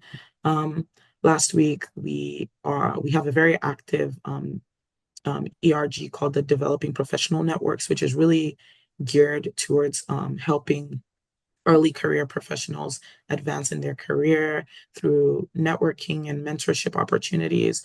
And it's just a chance to kind of get to know more about your coworkers and other disciplines outside of like a strict project setting. Aside from that, we also have other initiatives such as like the Future Ready initiative. WSP essentially believes in training its employees and all the people we work with to advise and design for design programs ready for the future as well as today. And we kind of do that through analyzing future trends through 4 lenses: climate, society, technology, and resources. And aside from that, we also have other ERGs. We have Women of WSP. We have the visual and inclusivity in the built environment. Okay, next slide, please. Okay, and just to close us off, what advice would we give a young architect today? I think this kind of echoes a lot of what has already been said, but be a sponge in whatever environment that you're in, and essentially ask questions. I like to say that nothing is wasted. So whatever experience that you are currently getting, whether it's your first internship, your first job, and it may not necessarily be what you want to do or what you thought you'd be doing out of school, everything is an opportunity. So don't neglect that. Feel free to ask questions and just try and like soak up as much as you can in the workspace and network. One advice I give is to stay resilient and patient. This is essential for us as architects because a lot of projects involve extensive feedback, adjustments, and delays. So with the BMP project, we've gone through multiple redesigns in the past year alone. This has caused me to change and restart our entire design. So these bigger projects definitely take patience, and we have to learn how to embrace changes and adapt to certain deadlines. Hey, thank you so much. We're really glad to have been a part of this. And I'm gonna put in the chat just ways you can find opportunities at WSP. You can also follow us on LinkedIn. You can connect with us on LinkedIn. We typically, you can find job opportunities of different ranges, different career, different positions, but we do have our internship period. They usually advertise for that starting in early January, so you can be on the lookout for that. Thank you. That's perfect. I was about to plug your LinkedIn. So yeah, appreciate you doing that. And then yeah, that's also great advice too for the in January if you're looking for any internship opportunities. Go ahead and check them out as well too. Appreciate you taking the time to go through all of this. Thank you so much. And that was WSP. And for our last firm, for our Firm Career Showcase on room 1, we have BRR. We're going to have Nick at BRR speaking with us today. Nick, if you want to unmute yourself and introduce yourself, that'd be great. Yeah, hey Patrick, can you hear me? Yeah, sounds good. Let me turn down here. Yeah, no worries. So I'm Nick. I'm with BRR Architecture. We are a firm based out of the Kansas City Metro, but we also have offices and teammates located in 10 different cities across the country, which you can see up on the screen. We are licensed in all 50 states, including Puerto Rico. With the 300 people spread across the firm, we have about 175 here in Kansas City. All the offices are separate, but all of our teammates work regularly, day by day, work closely together to continue building on all of our projects. We offer our clients everything from conceptual design, such as site planning or fixture planning, all the way through construction administration, such as construction observations and even pay application reviews. One of our teammates currently sits on the board for the ICC. She helps with all of our code consultations and also educates all of our employees for future projects such as, code research, life safety plans, and just general code needs. One of our newest tools is virtual reality. So we have brought in a lot of our clients, whether it be here in Kansas City or other offices, to really visualize the future of their projects. It gives us the opportunity to have real-time critiques that we can later use as we continue working with them. You'll see that the projects that we take on really align with the vision shown on the screen, which is elevating the everyday experience. And I think our employees and clients really speak to that. And so what does it really mean? Feel free to next slide, Patrick. So the companies that we're working with, such as Nike, Whole Foods, Walmart, and Lowe's, we've always had a rich design in retail and grocery design. And we work with some of the biggest brands in the world. However, our expertise are starting to go beyond the retail. We started dabbling in mixed use, multifamily, industrial, hospitality, and corporate environments across the country. You can see in the top left corner is one of our Nike projects, which was done in Flatbush, Brooklyn. The middle project in the top was one of our Whole Foods that we did in a high rise on the Gold Coast of Chicago. The top right is starting to look into more of those industrial fulfillment centers that fulfill for a lot of our larger clients. And then the Bentonville Hotel, which is in the bottom center, is one of our first one-off hospitality projects that we have done. It's currently under construction in downtown Bentonville. So to us, it's pretty straightforward, whether we're designing a distribution center, hotel, or retail space. We look at creating spaces that elevate how people work, shop, ship, something even relaxing and resting. Next slide. So one part of our firm is our firm's mission to cultivate relationships and celebrate our successes. A big part of our work experience is being able to get out on site, see projects that we're working on in the office. BRR employees and interns regularly visit the sites all over the country. On the left, you can see two teammates at a grand opening for one of our Whole Foods stores in Florida, along with visiting completed projects. We have multiple sites such as our hospitality projects, which is the Wood Springs Suites, under construction projects for our mixed-use residential, which is in the top right. BRR also hosts weekly lunch and learns to discuss the new building systems that we're using, and it gives our teammates an opportunity to explore new construction methods. Two photos at the bottom show what BRR offers for our teammates to better get an understanding of the sections and details that we're drawing. So in the top middle, we had our CMU and masonry team come out, show how some of these wall sections go into place. So you really get an understanding here at the office and when you're on site. Next slide, please. So like I mentioned, BR is huge on celebrating our successes, both for our graduates and our full-time employees. Interns have the opportunities to take part in our intern design build each year during the summer. So in the top left photo, you can see a portal element which we designed for our annual company barbecue. BR also offers a dynamic environment which we're going to be encouraging you to think creatively, work closely with multidisciplinary teams, and continuously learn. We're also committed to your personal growth, so we maintain a mentorship program where we'll pair our younger professionals with our more experienced professionals to help them learn and grow. And for those of you who are not licensed yet, we fully support the path to professional licensure. So we offer 100% reimbursement for any ARE tests, NCIDQ exams, and then including one additional failed test that we'll pay for.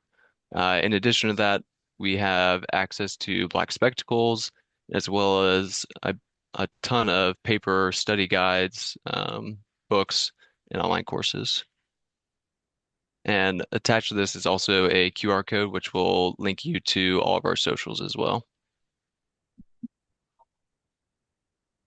So my advice, if you're starting early in your career, is to get involved as much as you can and build relationships with as many people as you can.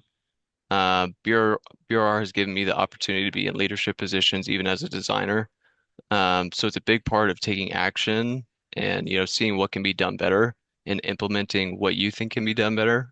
Some of the images you can see are from our Kansas City Corporate Challenge, where we took first place. I was the leader for our Kansas City office, as well as community caring events, which you can see in the bottom right, where we packaged individual care packages for our homeless communities. All of these things are great ways to get involved and get your name out there. There are opportunities to build your career, meet new people, and also build your firm's reputation. So with that, I would like to thank everybody for taking the time and learning a little bit more about BRR. Appreciate it, Nick. It's super helpful. And I always like to see the support around ARE test prep and then also just more continuing education and all that kind of stuff as well too. But appreciate you taking the time. And if anyone's interested in learning more about BRR, go check them out on LinkedIn, go check them out on their website. If you're sending in a resume or anything, let them know that you talked with Nick at the Firm Career Showcase. And we really hope that this was like beneficial for all of you guys. Hi, everybody. My name is Adam Rostek. I'm joining from the Railway Exchange Building, downtown Chicago, right on the park, and I am part of Skidmore, Owings and Merrill.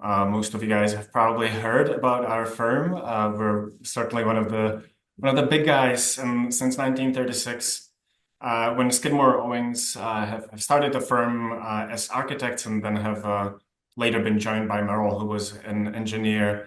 Kind of that collaborative effort has really been an integral fabric, an integral component of the firm. We are lucky enough to be really quite large. We have over 1,100 employees that are broken in between 12 offices. But the office structure itself is actually broken down into smaller studios so that we have much more of this academic family feel with the resources of a really large firm.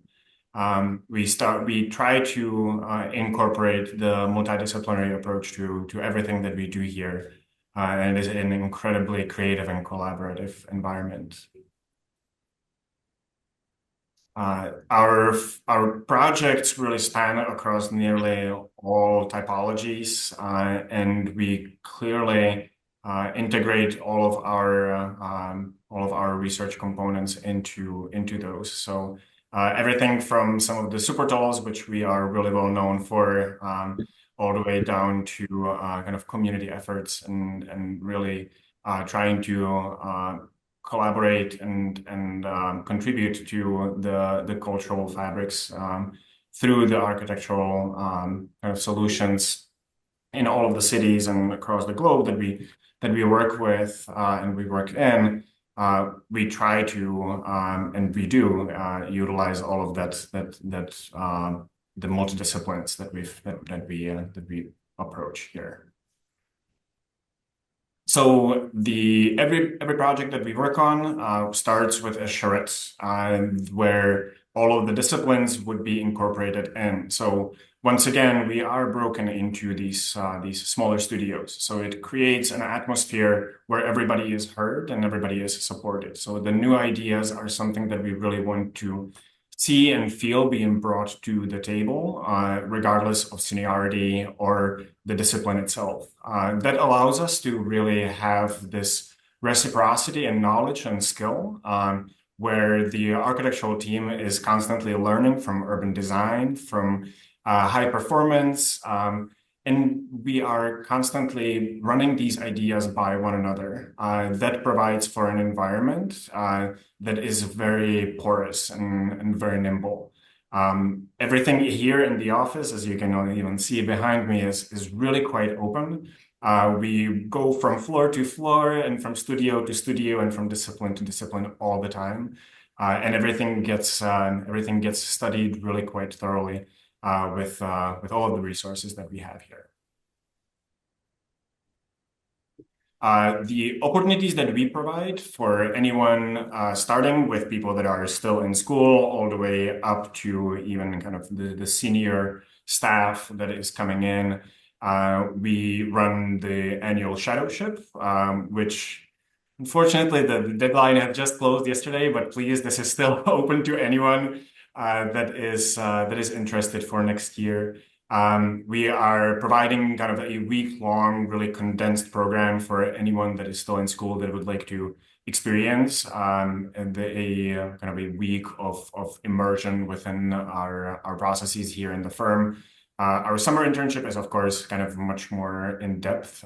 So the students here do have an opportunity to really become part of a studio. Both in the shadowship and in the internship, we try to expose these students to as much of the inner processes that we do here, everything from conceptual development all the way down to some of the research components that we have here. Year one is something that is fairly kind of special to us. It is this curation of a really immersive first year at SOM. That does not mean that it's year one and done. It is for us the first year of many. But this really allows for a very thorough transition from the academic environment into the professional. And it allows us to feed back into the academic research as well. So there is a kind of a long transition in between those two that happens across the year one. And of course, for all of our open positions across all of our offices across the entire globe, the careers is always open, and we are always looking for new talented team members and family members, really. So the few things that I would suggest, and this is just based on my experience, I've been doing this for a while, especially for you that are still in school or just have graduated. I cannot stress the importance of a portfolio and documentation of your work and showing the thought process within the portfolio itself. Portfolio is this living document that shows us how you grow as a human being, as a designer, as a thinker, as a critical thinker. And that is where all of that work lives, right? We all in our academic years spend all of these hours and effort building these beautiful models and drawing these beautiful drawings. But then all of it eventually kind of goes into the trash. And here in portfolio, that's where it lives. The second one is networking. And I don't think that it's early enough to start to build the network and to really get to know the people across the entire discipline and perhaps outside of the discipline too, in all of the architectural adjacencies that we have. That this doesn't only provide us with the opportunity to lean onto somebody and hopefully kind of get our foot in the door when we are interested in a profession, but also to kind of try to really get to know all of these other adjacencies through the perspective of somebody that is immersed within that. So never early enough to start the network. And then finally, keep looking at architecture. Keep looking at good, great architecture. One of the really unique local firms here, I remember back in the day, was looking at one of their job listings and it said, can tell the difference between good and great architecture. And looking at great architecture will get you to a point where you can recognize that. So keep looking at the good work around you, keep being immersed within the cultural and social and of course infrastructural fabric of the city around you and how you can contribute to that through your own personal design decisions. Thank you for having me. Thank you so much. We really appreciate having you, Adam. What great advice, right? Like portfolios don't always have to be perfect, but documentation of your work and falling in love with architecture is something that you're going to use throughout your entire career. Incredible. Thank you so much, Adam. Next up, we have Office Untitled with Rogelio Mercado and Akanksha Doelkar. Hi everyone, this is Akanksha and Rogelio, and we are designers at Office Untitled. We are an architecture and design practice based here in Culver City in Los Angeles. And one of our core beliefs is that we are mavericks of the built environment and provocators of the status quo. And we are building the practice we always wanted to be a part of. But one of the very important aspects here is that we are friends first. And this resonates in our office culture and the project teams and how we work here. The Untitled in our name kind of symbolizes intentional ambiguity because every time we work on a project, we approach it without any previous biases, without any preconceived notions or limitations. And Office Untitled thrives in harnessing the potential in uncharted creative territory and prioritizing unique journeys with our unique projects and different clients. We have a multidisciplinary approach to the kind of projects we work on. We have a great variety of not just like the scale of the project, the typology of the project, but also the different ways we approach a project and then end up with really creative solutions. We have dipped our toes in housing, office, master planning, mixed-use projects, some hospitality, interiors, as well as the very famous billboards on Sunset Boulevard in Los Angeles. We also have an extension of our office. It's called OUX, which is a research and design strategy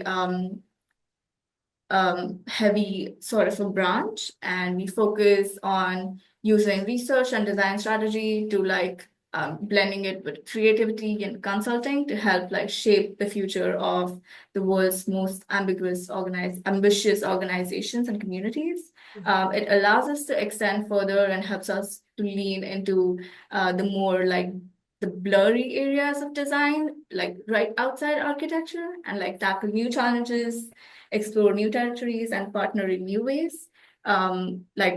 The more different aspects of it include ThinkFluence, where we work with different firms for workplace design strategies. One of our major clients is Google on it.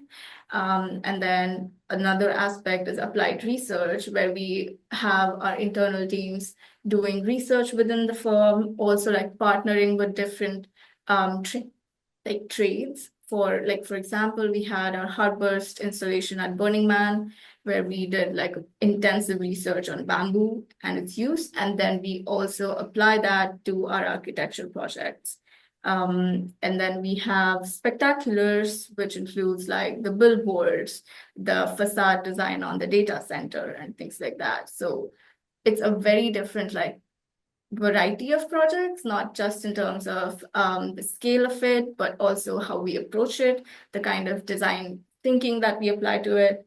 And that is what shows up in what we build. And it's super interesting to be able to jump in from typology to typology of taking the same design approach to a super cool billboard and being able to apply that to a tower. And same with, the systems and the kit of parts that how prefabricated housing comes together was same as this image below on Heartburst, where we built this at Burning Man. So same systematic approach of how you would assemble this in 4 days in 100+ degree weather and, in the desert. Yes, and we are a 50+ global team, and we foster and encourage open communication in our studio environment. It's a really interesting bunch of people with like a specialty in their own niche, but also we are like the size of our studio helps everyone to be actively and passively a part of every project and just know what's going on. And that is a very, I think, important thing, which helped me as like an early professional to just dip my toes in everything and see what's going on in the studio. And quick notes on these projects right here is the two on the left-hand side, the Heartburst that we built at Burning Man. There is actually 4 to 6 weddings, I believe, that happened there, which is pretty cool. But it came from a research project from an initial design of a station being built out of bamboo, and that research then was applied to the art installation that was built at Burning Man. On the right-hand side, that's actually a built project on Sunset in West Hollywood that has a super high resolution camera behind it that projects on self-color correcting pixel digital facade. So for National Donut Day, it looked like it was raining donuts in West Hollywood.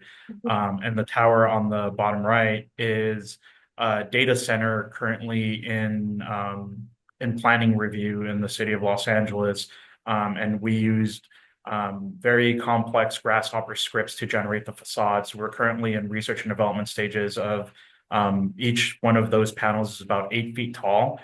So we're currently partnering with various companies on the types of materials and installation on the facade.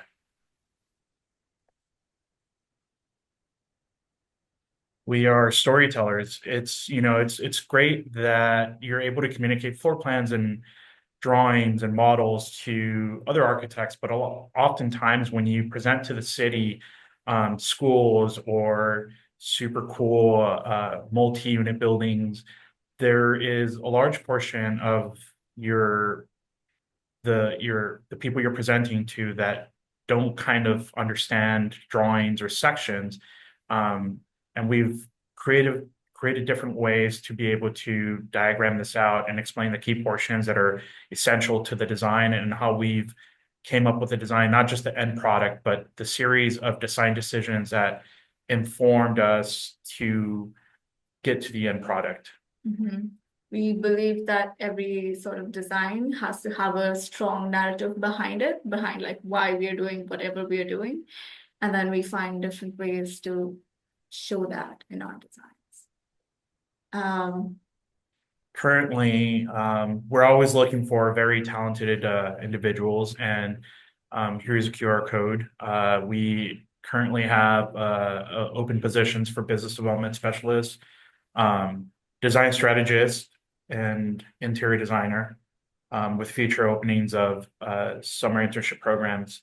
And for our internship programs, they're really cool. We have actually today one of our past interns, she interned here for 2 summers and was a key contributor to the Heartburst project. And today started full time she recently graduated from SciArc. And we also have another intern from Italy, and that's a longer internship as well. But hope to see some of you apply. And we have a quote here that we use a lot in the office is be the best at getting better. And, that can carry from anything from something as I need to learn a new software. And we try to be the best at getting better at learning that new software, the code, the design, the diagrams, the storytelling, that's something that we not only preach, but we also practice. And it's something that's a mantra, that we collectively, as we start, we hear it and it starts carrying through. And it's helped us out a lot. Anything else you'd like to add? Yeah. Right. Awesome. Thank you, Rogelio and Akanksha. We really appreciate you sharing Office Untitled's work. We love your advice. Be the best at getting better, especially because as architects, we have so much on our plate, so much to learn. But if we kind of follow our passions and choose something to be really, really good at, it helps us kind of stand out and contribute to our team. Thank you guys again. All right, next we have a home team. I'm saying this because I'm from New York and FX is in New York or in Brooklyn. But next up we have FX Collaborative. Presenting for FX Collaborative will be Jody Quinter. All right, hi Jody. Hello. You buried the lead. We are an architecture firm in Brooklyn, New York. You can go to the next slide. So that building on the left is our office. It's a new tower we moved in 2021, I think. It's the largest office building in downtown Brooklyn. For anyone who hasn't been in downtown Brooklyn or Manhattan recently, it's booming. And when we were designing this tower, we were formerly in Manhattan, and we were trying to design for user groups that were sort of, artist, loft, kind of industrial Brooklyn vibes, very cultural and artistic. And as we were sort of, dreaming of who the tenant would be, we decided, it's us.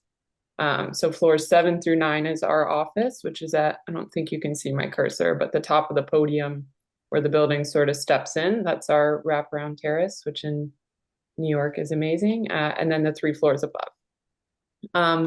We're about 100 people. It's hard to tell at this point with hybrid work who is even in the office, but we're sort of expanding and growing. We tend to grow and expand with projects.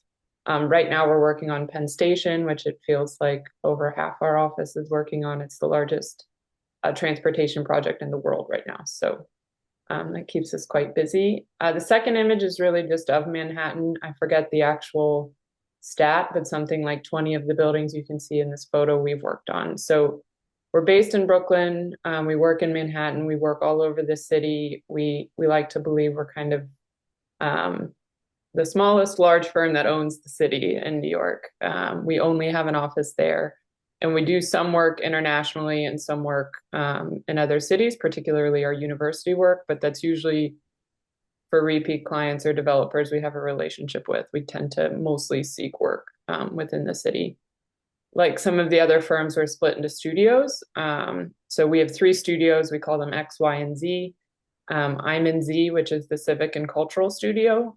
So that's museums, higher ed, performing arts, that sort of thing. The commercial and residential in New York seems increasingly blurred. Every building is mixed use. So they team up often. And then infrastructure and transit is sort of our third studio that is really, really booming right now. We also have interiors and urban planning. They're not technically studios in our office. They're sort of infiltrated into everything that we do. So we rely on their expertise often. And I always tell them I'm not envious of them because I have to keep track of like 1 or 2 projects. They have to keep track of like 15 and who needs them. And it's always urgent. So they're sort of built into the fabric of everything that we do. Next slide. I guess I should clarify, you don't have to go back. When you apply to FXC, and I'll get to it with the job slide too, I guess, you don't apply to a specific studio. So the job listings are general. If you have an interest, you can convey it in a cover letter or that sort of thing. But mostly they review your portfolio and they kind of decide where you might be the best fit, or they'll have you interview at 1 or 2 of them and kind of gauge your interest in those 2 types of studios. This slide is for our culture. We're really a community and culture studio, people first. And a lot of these images are from our work groups. So we have FX1, which is an LGBTQ work group, Q+. We have FX Mosaic, which is all different kinds of backgrounds. In New York, you get the best of everything. We have FX Women, which is our women's work group. And then some of the lower ones is is our more technical focused one. So sustainability or construction administration or technology. We have groups for all of those things. And each of those groups plans internal and external events. So that's a lot of what you're seeing here. The construction admin group, for example, takes people on hard hat tours every Friday to one of our projects that's under construction. Or design core, which is our design group. Every Thursday, we do what's called a design review, where everybody pencils down at 5, even though usually they have to send about 15 emails for people to actually put their pencils down, and then go down into the gallery, which is our 7th floor by that terrace. And we kind of debate like a school critique of one of our current projects, where everybody has a beer. We spend an hour together, and we offer feedback to our colleagues on what they need input on, or what they're struggling with, or what they think's not working. And it's fun, just to sign out at 5 and have a beer, but also it helps you keep a pulse on all the projects in the office that you might not necessarily be working on, which is great. Next slide. We are hiring, particularly hiring a lot of young folks. So there's a link there. I don't know if you can click on it via Zoom, but we list all of our jobs there. I get emails about this every week. Do you know anybody who's looking? So even if you don't see a job there today, that's necessarily one that you might feel you're a good candidate for. Keep a pulse on this website, because it seems like a listing goes away and 5 new ones populate. And it's kind of really ramping up at this moment. Those 4 images are also inside our office. So the gallery I was referencing is sort of this space top left. That's where we do a lot of our communal events, internal and external. Next to it is the stair that sort of links all 3 floors of this building. We encourage folks to use that stair and not the elevator, so that we are interacting across levels of the studio. So that's why we sort of amped up the design of it. Each floor, what is interesting about the design of this building is it's like one of the largest column-free office spaces in Brooklyn, which columns New York developers are allergic to, I think. So that was important to the plan of this space, but it creates a really cool, open, lofty vibe in the office where you can see, all the way across the building. And then at the left is the terrace, which is where usually after that design core, we end up all kind of wandering out there and continuing the conversation for an hour or 2. Next slide. So career advice, mine's not necessarily FXC specific, maybe just more me specific. But first is stay open to the unexpected. I know my own career, I'm an achiever. You have these ideas when you're 18 to 20 of like, these are the steps, these are the age it needs to happen by, these are the firms I'm willing to work for. You can get really into a vision when you don't really even know what's out there yet at your level of experience. So the professional landscape is always evolving, and opportunities will arise where you don't anticipate. And if you feel something in your gut that's sort of drawing you towards that intrigue, it's probably taking you where you should be going, even if that is not in line with where you thought you would be going years prior. So stay in tune with yourself on that one and be open to wherever that takes you. Ask thoughtful questions. I've often been told I do this well, so I guess I'll impart that advice on you. But instead of just saying, why did you do this? Take a minute to understand it and be more forward with your asking of the question. So instead of why did you do this, it can be, am I correct in understanding you did this because? And it shows that you took a minute to look at it, you tried to figure it out yourself, and you want affirmation that your thought process is correct. Don't just assume you're correct, but also don't come in pretending like you know nothing about the problem, because that's usually not true. And it's a good way to, build trust and rapport in your relationships when they know you're going to ask to confirm that your understanding is correct. With that, the next one's pretty straightforward. Embrace feedback. If you're asking a lot of thoughtful questions, you're going to get a lot of thoughtful answers. That might not always be what you want to hear. Early on, I was told, take feedback seriously, not personally. And I think about that often. It's not about you, it's about your growth. So just be open to wherever that feedback takes you. How and why are more important than what? I say that because we can fall in love with, I really want to work on a high rise, or I really want to work in Dubai, or whatever that is. And in architecture, you'll find the project is less important than the team dynamics, the firm, who you're doing with it, and the day-to-day. And lastly, prioritize yourself. It's probably the most important, but if you're not taking care of you, then the other 4 don't really matter. Thank you. Awesome. Thank you so much, Jody. We really appreciate your words of wisdom surrounding career advice, and it's awesome to learn more about what FX Collaborative is doing here in Brooklyn and New York and across the country. Next up, we have our incredible Mead Hunt team, Laura Demetriou, Malachi Stem, Dunya Aldekar, and Aisha Robertson. All right, Thank you guys. very much. Pleasure. Hello, good morning or good afternoon, wherever you're tuning in from. We are Mead Hunt. Myself and my 3 colleagues, we are coming to you from one of our 40 plus office locations. I'm in Scottsdale, Arizona. We have Denver, Sacramento, and San Diego also represented, with a lot of our offices also in the Midwest and elsewhere in the nation. We are a firm founded in 1900, so we've been around for quite some time, and we've been growing and expanding and diversifying our disciplines and our services that we offer. We're in a bunch of different markets. We're in aviation, cultural resources, education, federal, food and beverage, justice. The list kind of goes on and on. Renewable energy, transportation, water. Those of us who are tuning in with you today, we are all in our aviation architecture department. So we are nationwide, and we do employ about 1,500 people. So we are, like was previously discussed in some of our other firm showcases, we are a large firm with those large firm resources, but our architecture department, we're about 100 people. So we still have a studio feel with that extra support. And then a lot of our projects, we get to have our engineers work with us, and so everything's kind of in-house. We are empowered to take care of people, do the right thing, and do what makes sense. Our purpose is there on the top right. We shape the future by putting people first. Jody was saying the same thing with her firm. One of the ways we do that internally within our own walls for ourselves is we are employee owned and have been for a long time. We have, as you can see, over 350 shareholders. Myself included, one of the smartest investments I've done when I'm looking for where to work. I'll pass it on to the next slide. Good morning, everybody. My name is Malachi. I'm in the Denver office here at Mead Hunt.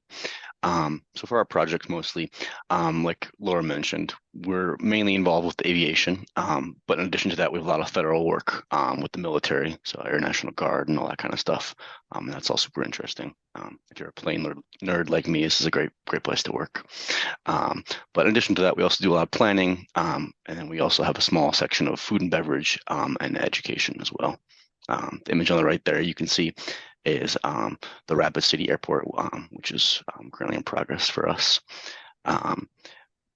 We mainly do aviation stuff, so most of our work is renovation based or adding on an addition. But we recently got that opportunity to do a ground up airport build in Pullman, Moscow, on the border between Idaho and Washington, which was super cool to work on. But yeah, so that's kind of our project work there.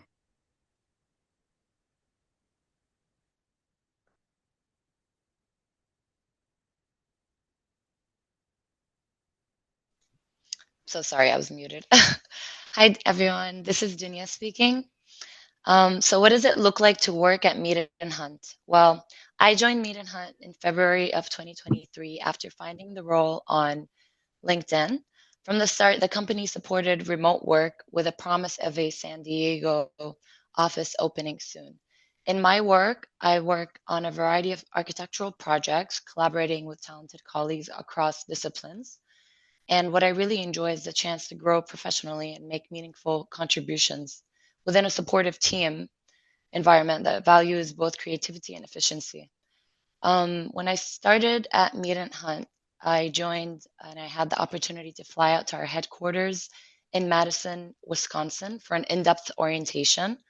Mead Hunt does this for every new hire, which I think is pretty unique, and you get to know people from different departments, the food and beverages, architecture, aviation, and such. And it's a few days dedicated to learning about the company's history, culture, and vision for the future. That experience helped me feel connected right from the start. I got to meet the CEO, the COO, and all different levels in the company. And it gave me a very strong foundation in the company's values. So we have a flexible work schedule. One of the things I value most here is like flexibility. After the San Diego office opened, we were all given a opportunity and a chance to either stay remote, come into the office part-time, or work in office full-time. Personally, I chose a 3-day week because I have been working for a whole year remotely. But I finally got to meet my colleagues in office, and that really balanced my work and personal life in a way that fits my needs. Mead Hunt also makes sure we're equipped for any setup. So remotely, they give us a full setup, equipment, and when I started working in the office, they provided me with new equipment. So that was really cool. And finally, the ABE regroup. I want to mention how this is a gathering where the entire architecture, building, and engineering team gets together in Madison. This is a chance to reconnect with teammates from across the country and then re-energize and focus on our strategic goals. We discuss things like our growth plans, future visions, and catch up with teammates and see what operational goals we want to align on. That's pretty much it. Next slide, please. Good morning from the West Coast of Sacramento, California. This is Aisha Roberson. I've been with Mead Hunt for 7 years as of this month. And out of all of the markets, Mead Hunt is typically a big E, little a firm, which is essentially we're just engineer heavy. Like Laura mentioned earlier, we have over 100 architects or designers within Mead Hunt, but within the 1,500 people that we have total, there are 10 markets that we do tap into. And out of those 10, I want to say 5 markets are architecture related. So it does give you some type of flexibility as to what you really want to do, how you want to go about your career. And even then, if you, let's say, you're not interested in architecture anymore, it happens, and then you're like, you know what, I want to take a stab at aviation planning, right? So essentially, an aviation planner is a person who plans out future development and in terms of like estimating how many travelers per year. Again, like, I don't know, 10,000 people per year to 50.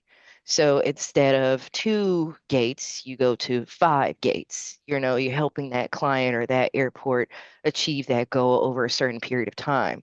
So say, for instance, you like that. More than likely, you'll probably get like a couple months to kind of get like acclimated to your new environment. And if you like it, you could possibly stay. If not, you can go back to architecture. So that is one of the big things that I love about this company, is because if you're still getting some type of experience in some type of field.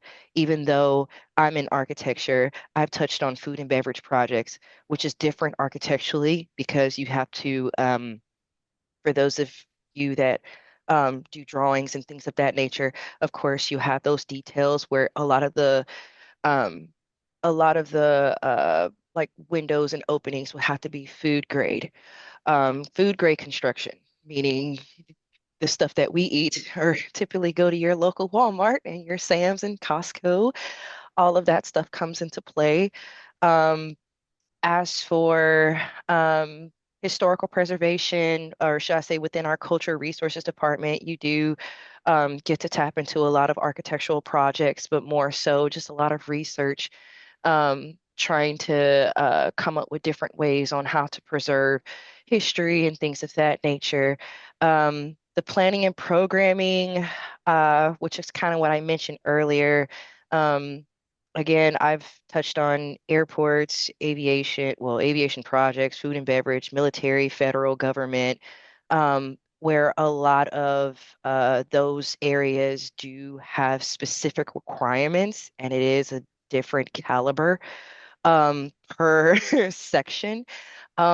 One of the big things that when I was coming out of school, the big question was, what do you want to do? Why do you want to get into federal? And it's like, to be honest with you, I won't know until I try it.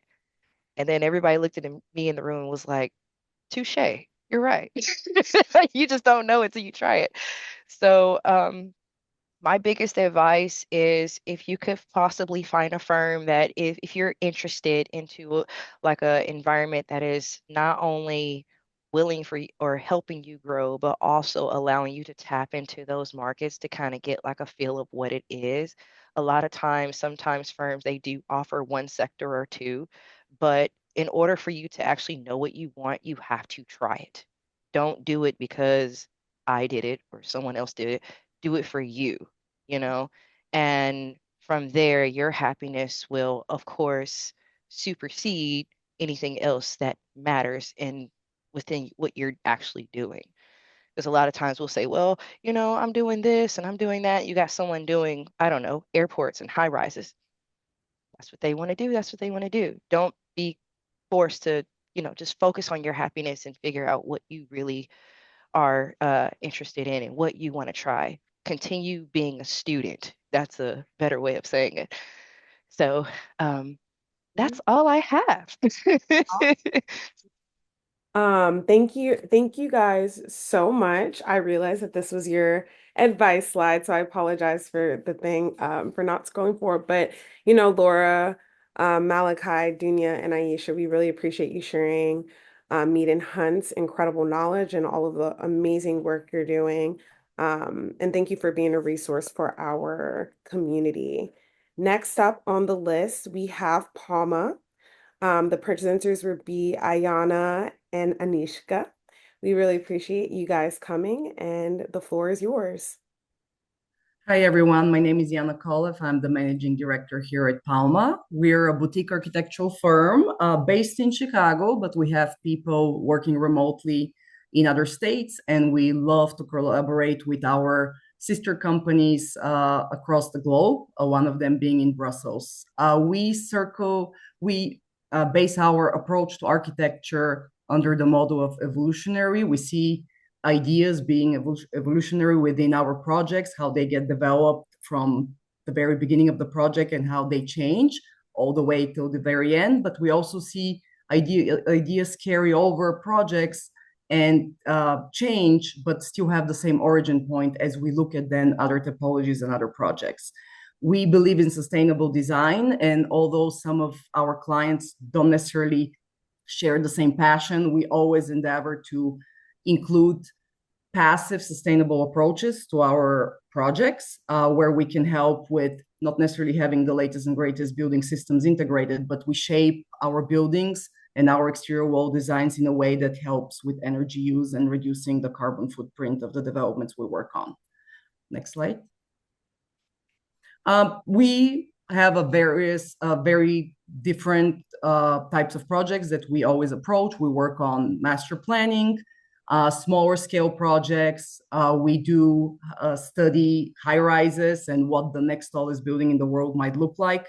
We do interiors as well, but we also do competitions where we don't approach them with the intent of course, if we win would be great. But really the reason why we do a lot of design competitions, which are very speculative, is to keep us fresh and to really kind of like always search for kind of like what's the next frontier of architecture, how can we push the boundaries of what we do. The project here in the bottom left is actually developed in collaboration with Moseley, one of the leading engineering firms that we have here in the States and around the world. So we do like to propose concepts that are viable, but still push the boundary of what people expect to see in certain elements. We're a smaller studio, so everybody works on all these typologies. We don't like to specialize people in doing the same work. And even if they work, let's say, in residential topology on their next project, we always want to make sure that they touch on a different part of that project. If they worked on the interiors, we want them to work on something else, like the exterior component of it, or more the collaboration with engineers. Next slide. So our culture is very client-centric. We want to make sure we deliver for our clients and that our projects meet the objectives and the goals of our clients. At the same time, we are very collaborative, not only among ourselves, because we're a small team and we want to work smart and make sure as we collaborate that we're very efficient. At the same time, we collaborate with everybody else on the client side, the engineers and everybody else that makes architecture happen. As one of my mentors said, if it's not built, it's not architecture. And in order to get it built, you need to collaborate with a lot of people outside your firm. And still the creativity part, we included here a picture of just an assembly of our working models that we keep in our studio, and this keeps growing. We do see creativity not only kind of like on the exterior and how a building is shaped, but how do creatively we resolve the floor plan to make it efficient and to make sure that everything works without overcomplicating the inside of the building. If it looks very nice, still needs to be very simple. So simplifying the context, the complex through creativity is really what we aim to do with all our projects. Next slide. So we don't have any current positions, but we do create positions around people. Because we're a small firm, we do take on people that approach us. So feel free to submit your portfolio. We always invite everybody to come to our company, meet with everybody. We don't have the middle level management. So you're going to meet the founder, you're going to meet myself and the rest of the team. And we're really looking for people that are a good fit to our culture and to our studio. So we're very transparent about how we work. We make sure that people understand not only the architectural objectives of the project, but we have a great transparency with regards to our contracts, our financials, our schedule.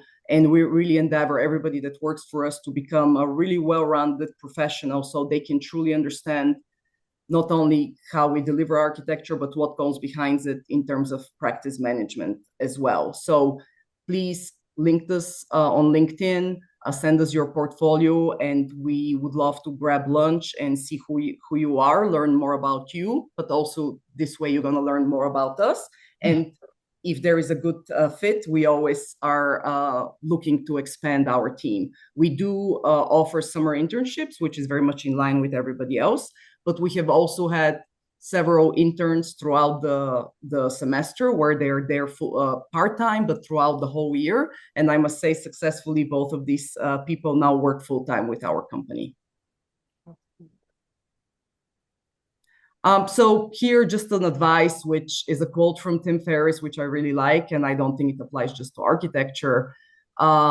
That we need to just test our comfort zone. It's just a mere inch outside of what you are today. So I have always found in my own career that each time I strive for a promotion and I'll get that promotion, I was very surprised, kind of like what else was out there the moment I reached that next level. And always to kind of like try to do something that feels uncomfortable always led me to new pathways and opened a lot of doors for me. So I really wish everybody to stay curious and to really kind of like challenge yourself with everything you do, even if it's the most mundane task, like, doing stairs or take upon responsibilities that didn't feel quite aligned with your current goals. Doing something outside of what you thought your path is always might lead you to something more interesting and worth pursuing. Awesome. Thank you so much, Ayana. Like, especially that last little tidbit, if you're comfortable, that means you're not growing. And sometimes when we want to be great, we have to get comfortable with being uncomfortable. So thank you so much for that wisdom. And thank you for the incredible work that you presented to us today. Next up on our incredible list, we have Mr. Michael Wilkinson with Level Incorporated. Hello. Hello. Am I being heard? Yes, you are. Okay, well, thanks for having me. My firm is called Level. We're a small firm. We're based in Chicago. We only have one office. And one of the things about being a small firm is that the people that work here tend to be, if not starting off this way, will become generalists. we each do wear a lot of different hats. And so as part of being collaborative, we expect we give as much responsibility as someone's able to handle given their experience level. So we value input from everybody, including consultants and people that work outside of our office. We are entrepreneurial. By that, I mean, we're very focused on good design, and we like to explain that to our clients in a way that it makes good economic sense for them. So we're really convinced that we can affect the bottom line in a positive way for, say, developer-driven projects or anything that's in the public realm. We're absolutely focused on good design. And to that end, we are rigorous in our process, in our investigation, and our iteration of design options, as well as in, producing the documents that are required to communicate to clients and to get projects built. And lastly, one of the things that we bring that, everybody brings, well, not everybody, we think it's really important to be passionate about what we're doing. And we love this profession, and we love being able to have a part in creating a built environment. And for us, being passionate, in front of our clients, as well as in teaching younger people, is such an important part of this profession and doing what we love to do, that it's kind of baked into our culture. The kind of work we do, we are based in Chicago. A lot of our work is within the city of Chicago, and not so much downtown Chicago, but in neighborhoods. We do a lot of development, multi-unit, multi-family housing, mixed use, some adaptive reuse. We really appreciate the impact that well-done neighborhood developments have on communities. And we treat individual sites, very responsively. We'll take clues from the site and try to make projects unique based on their neighborhood, their location, their history, the materiality. We look for cost-effective solutions for, creating facades and a sustainability agenda for developers or private clients, to the extent that they can understand and embrace those technologies. We also do some single family homes. We've got a project in Canada going on right now.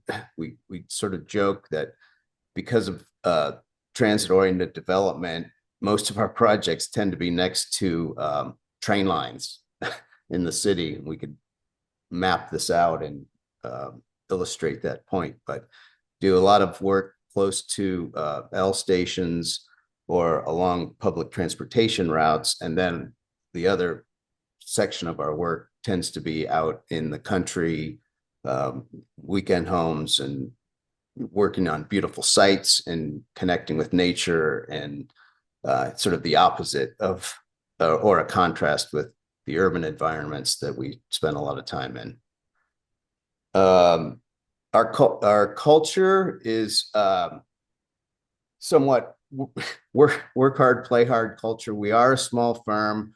We bought a building during COVID and have renovated it, so that has become our studio. And we, since COVID, have embraced a partial, an offsite work environment, but we also wanted to make a studio environment that's inviting and makes people want to be in the office. So I think we've achieved that. It's a pretty informal environment. We like to respect everybody's individual time. And as everyone knows, this is a rigorous profession and there's a lot of work required, but we respect people's personal lives and ability and desire to have a family. And we want to work efficiently and give people time to themselves because we think that's important. So we work really hard, we play really hard, we look for opportunities within the city to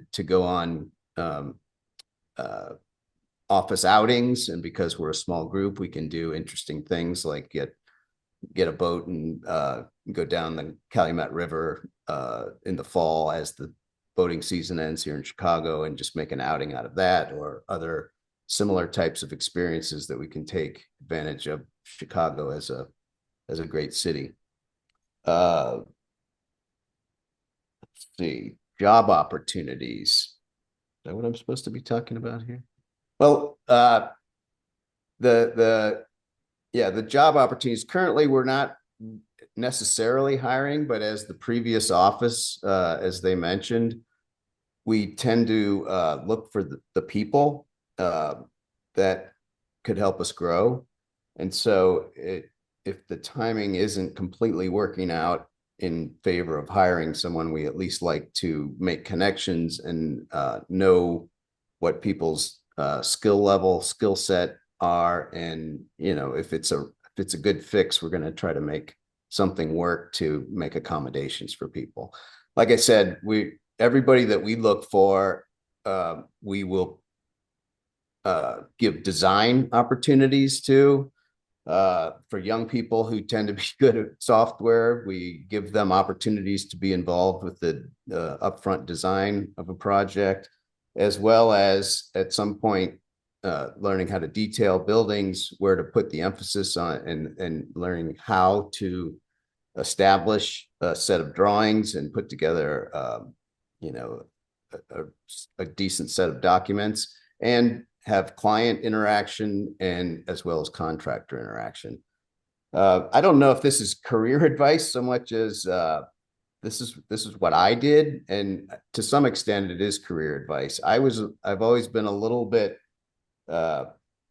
impatient about my career trajectory, and so 2 years out of graduate school, way back when, I had the opportunity to design a very small project for family, and the budget was so small that I offered to live at the site and build it, along with some volunteers and friends from graduate school. So it turned out to be a really valuable educational experience. And what I would suggest, if you're interested, is to spend time learning how to build things, how to make things, how materials go together, and just to become familiar with that process. It's not for everyone, but in my view, in order to make meaningful architecture, the more you understand about how buildings go together and how the technology of materials being connected works, the better you stand apart from everyone else who doesn't have that kind of understanding. So in my particular case, I was interested in it. It turned out to be a fantastic experience, stories to tell, but I also learned a lot about how the process, how materials work, and how buildings go together. So that would be my career advice. All right, we have the wonderful Mike Rivera with the Lamar Johnson Collaborative. The floor is yours, sir. Thank you so much. Happy Monday, everyone. So while we stay on this little splash screen for a second, I'll explain to you guys a little bit about LJC and what makes it unique as a firm. LJC is a full service design firm. What makes us unique is we're owned by a parent company named Clayco. So I'll touch on this a little bit later, but Clayco is a construction company that also owns other smaller firms that specialize in different areas. So for example, they have a construction arm, they have a real estate arm, they have a concrete strategies arm, they have a window systems arm. The kind of elevator pitch spiel we do for clients is that they can come to us and we're a one-stop shop. We'll find you the land, we'll sell you the land, we'll design the land, we'll give you all the materials for it, and then we'll build it for you. So I think that kind of collaboration positions us to be very unique in this market, where if you have interests that have to do more with like kind of business and construction management, you can still work with LJC and kind of learn the design aspects and still dip your feet into different areas. But I'll touch more on that later. The next slide. We have a lot of different typologies that we work on. So big ones right now are industrial, we do aviation. So if you guys go look at our website, theljc.com, you'll see a lot of different stuff that we do. We do residential, we do high rise, stuff like that. One of the interesting things, we also do a lot of, maybe I should touch on this during the culture area. I get excited because we did a lot of pro bono work during COVID when a lot of development stopped, when a lot of like grants stopped being issued. So one of the things that LJC did is in order to keep everyone here employed, keep our contractors employed, as we did pro bono work for the city of Chicago. And it was a really fun pop quartz project. I'll talk about that a little bit later. But like as I mentioned, LJC, we have a lot of different services. We do architecture, interior design, landscape, urban planning, sustainability. We have 6 offices currently. I'm talking to you from the Chicago office, but we have offices in Chicago, Denver, Kansas City, LA, Phoenix, and St. Louis. We're currently redeveloping the St. Louis office to house over 1,500 employees. Chicago, here we're in the Jewelers building. We have about 4 floors that we occupy. So we're a big firm. On the next slide, I'll talk a little bit about firm culture. So one of the things, because we're a little bit of a bigger firm, we try to, have regular collaboration between either in office or, offices across our entire enterprise. So one of those things that we do is we do on the boards, where we're literally, another firm had a similar setup earlier, but you just pin up people from across the office will come over, and it's like very, very casual. We'll usually schedule it around like 3 p.m. or 4 p.m., so it's still during office hours, and we'll just kind of have this little happy hour where, you can get different feedback from people across the office, and just so that you stay well connected, so you understand what different people are working on. Some other stuff about firm culture is we try to do everything we can here at LJC to support you. So in terms of talking about, if you're fresh out of school, helping you on your licensure process, we have a meeting once a month where we'll, kind of meet together for everyone trying to pursue licensure. We talk about the different strategies that you can use, the different resources you can use. Black Spectacles, of course, is a big one that we use here. We will in terms of compensation, we will pay for your times to take the tests. So you don't have to use sick time or PTO. We'll pay for that. Depending on the test you're taking, we'll either give you a half day or the full day to make sure that you have the adequate time to prepare yourself mentally and, get to the testing location or what have you. If you prefer to take the test in our office, we have dedicated spaces for you to do that online if you'd like. We'll pay for your tests, pass or fail, and we'll also pay for any of the study materials that you may run across. Again, Black Spectacles being one of them. Some other things that we do with the firm culture is we try to make sure that you are supported as an individual. So we'll try to help you. One of the big things that we've done recently in the past 2 years is we'll help. We have a student loan repayment plan. So LJC and Clayco will contribute to any student loans that you may have. That's usually contributed on a monthly basis in order to make sure that you're not, whatever your financial situation may be, that it can kind of help the load a little bit. Next, I'm going to use this slide to talk a little bit about career opportunities and alternative information. So again, LJC, we're owned by our parent company, Clayco, but we also have different arms. So CRG is one of them where you select the site, you develop it. The integration is super important to us. In terms of job opportunities, we are always hiring. If you visit our website, theljc.com, you'll see positions open either in general, or if you want to, have it to be a specific office, you can also present it there. And also, all the job listings for all the other companies within our enterprise are also there. So if you're more interested in real estate, maybe CRG is for you. If you want construction management, you want to go to Clayco. But again, even if you are part of LJC, you're still part of the overall umbrella, the enterprise. So it's really not that hard to, pivot as, you kind of nail down where you want to be in your career. Because I know sometimes it's kind of hard to immediately specialize fresh out of school. So I think LJC does a good job in allowing you to kind of generalize around that, right? On the next slide, talk a little bit about the Cali Hotel, by the way, is one of our most recently awarded projects. We're particularly proud of that. Some of the other projects we're proud of is in Illinois. I don't know if you guys are aware, we're trying to become the central hub for quantum computing. So that was the other thing that we got awarded. We're particularly excited about developing this huge swath of land to make a quantum computing kind of campus. So we're excited about that. I encourage you guys check out the QR code there. That links to Reverberation. Reverberation is our annual kind of online portfolio that we publish yearly. A lot of our projects are on there. Our design process is on there. It'll also link you to our website where, again, you can look at the job postings. But for career advice as a whole, I think one of the best things that I was taught when I first started my career is just to be a sponge, right? So absorb everything you can, even if it's confusing. Always say yes to as many opportunities as you can. Earlier was talked about, networking is part of this, right? Like just be open to as many different things as you can, say yes. I think the fact that you guys are here, participating in an event like this, I think you guys are already putting yourself at an advantage, and it's great that you're doing that. But be a sponge, try to present yourself to as many things as possible. Please connect with us as well. I'm sure everyone here would be happy to get, a little invitation from Black Spectacles or, on LinkedIn or whatever, to stay connected. Thank you guys so much.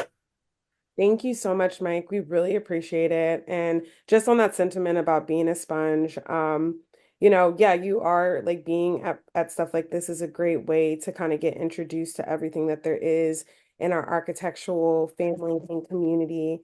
But just, like Mike was saying, get connected to your local AIA and your NOMA chapter and, your architecture leagues that they have out there. Because being a sponge happens both inside and outside of the office. Thank you again, Mike, and Lamar Johnson Collaborative for your presentation. Next, finally, but not last but not least, okay, LBBA, wonderful Gina Zari and Kevin Taylor will be presenting on their behalf. Hey everyone, I'm Kevin Taylor. Gina's here as well. She'll be presenting some slides. We are LBBA architects from Chicago. One of our slogans that we wholeheartedly believe in here is that good design is for everyone. Our firm kind of has been around for 30 years and has a large focus on affordable housing as well as other community-based work. So the ethos is very important to us. If any of you are ITT students or grads, you may know our founding principals, Pete or Jeff, Pete Landon or Jeff Bone. Yeah, our work has always resonated with a sense of social equality and willingness to take risks to find appropriate architectural responses to very human issues. Hi guys, my name is Gina Zahari. I'm a senior project architect here at LBBA. And as far as our project typologies, like Kevin mentioned, the bulk of our work is affordable and mixed income housing, as well as supportive and senior housing. But we also specialize in transit-oriented developments here in Chicago, historic preservation and rehabilitation, and adaptive reuse. We do a bit of cultural and institutional work, an example of which you guys saw on a previous slide. That was Kevin's project, which is the Build Campus. Build is an organization based in the Austin neighborhood of Chicago that provides mentoring, cultural experiences, college career prep, and mental health services to local youth. And we also work on urban design and master planning. For example, I'm currently working on a master plan and neighborhood revitalization project in Norfolk, Virginia. And the common thread in all of our work is that it's meant to empower communities from within.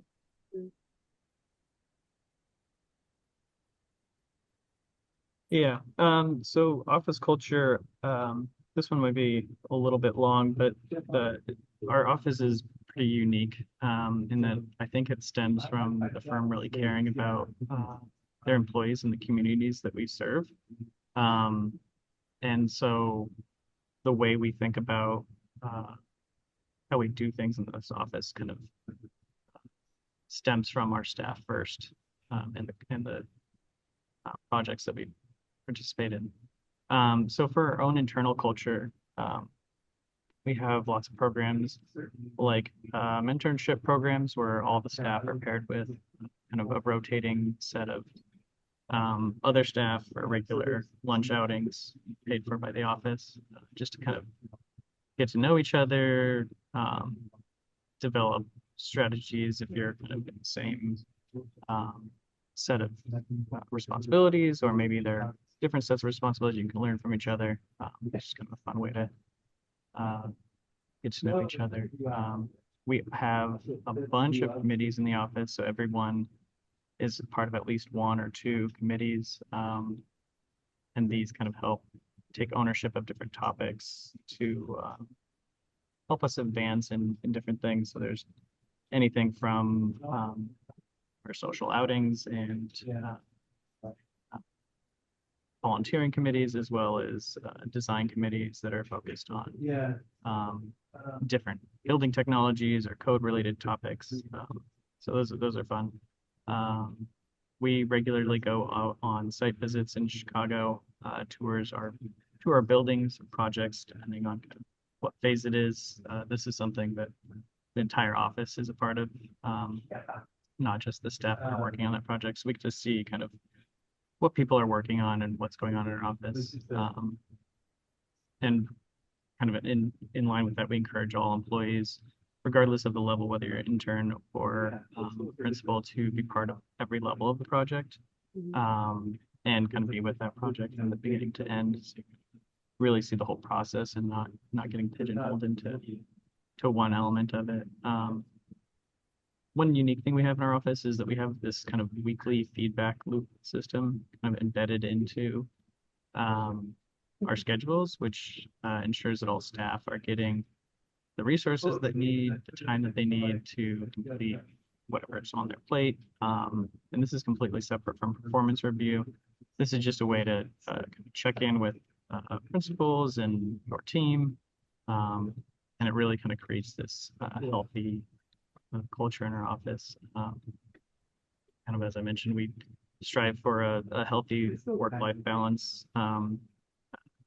If and when we do work overtime, it's paid time and a half, which is pretty unheard of in architecture, it seems like.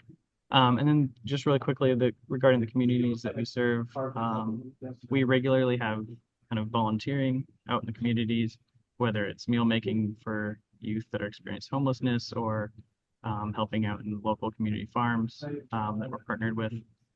We also have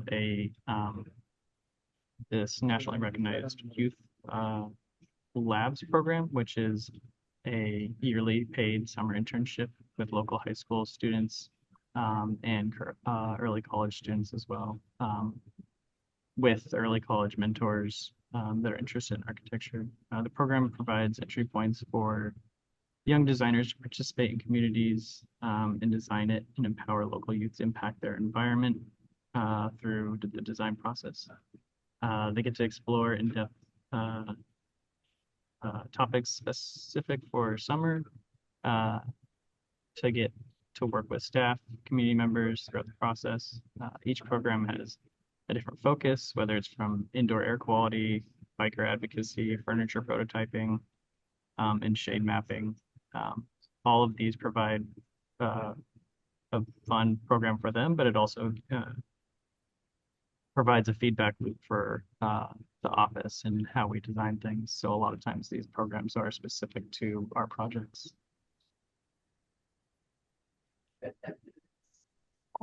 So as far as job opportunities go, we're currently looking for a senior project architect with 8 to 10 years of experience. I'm not sure how relevant that is to this group, but We will also be looking in the coming months for a labs coordinator for the internship program that Kevin mentioned. So if you think you might be a good fit for that, please check our LinkedIn and Instagram.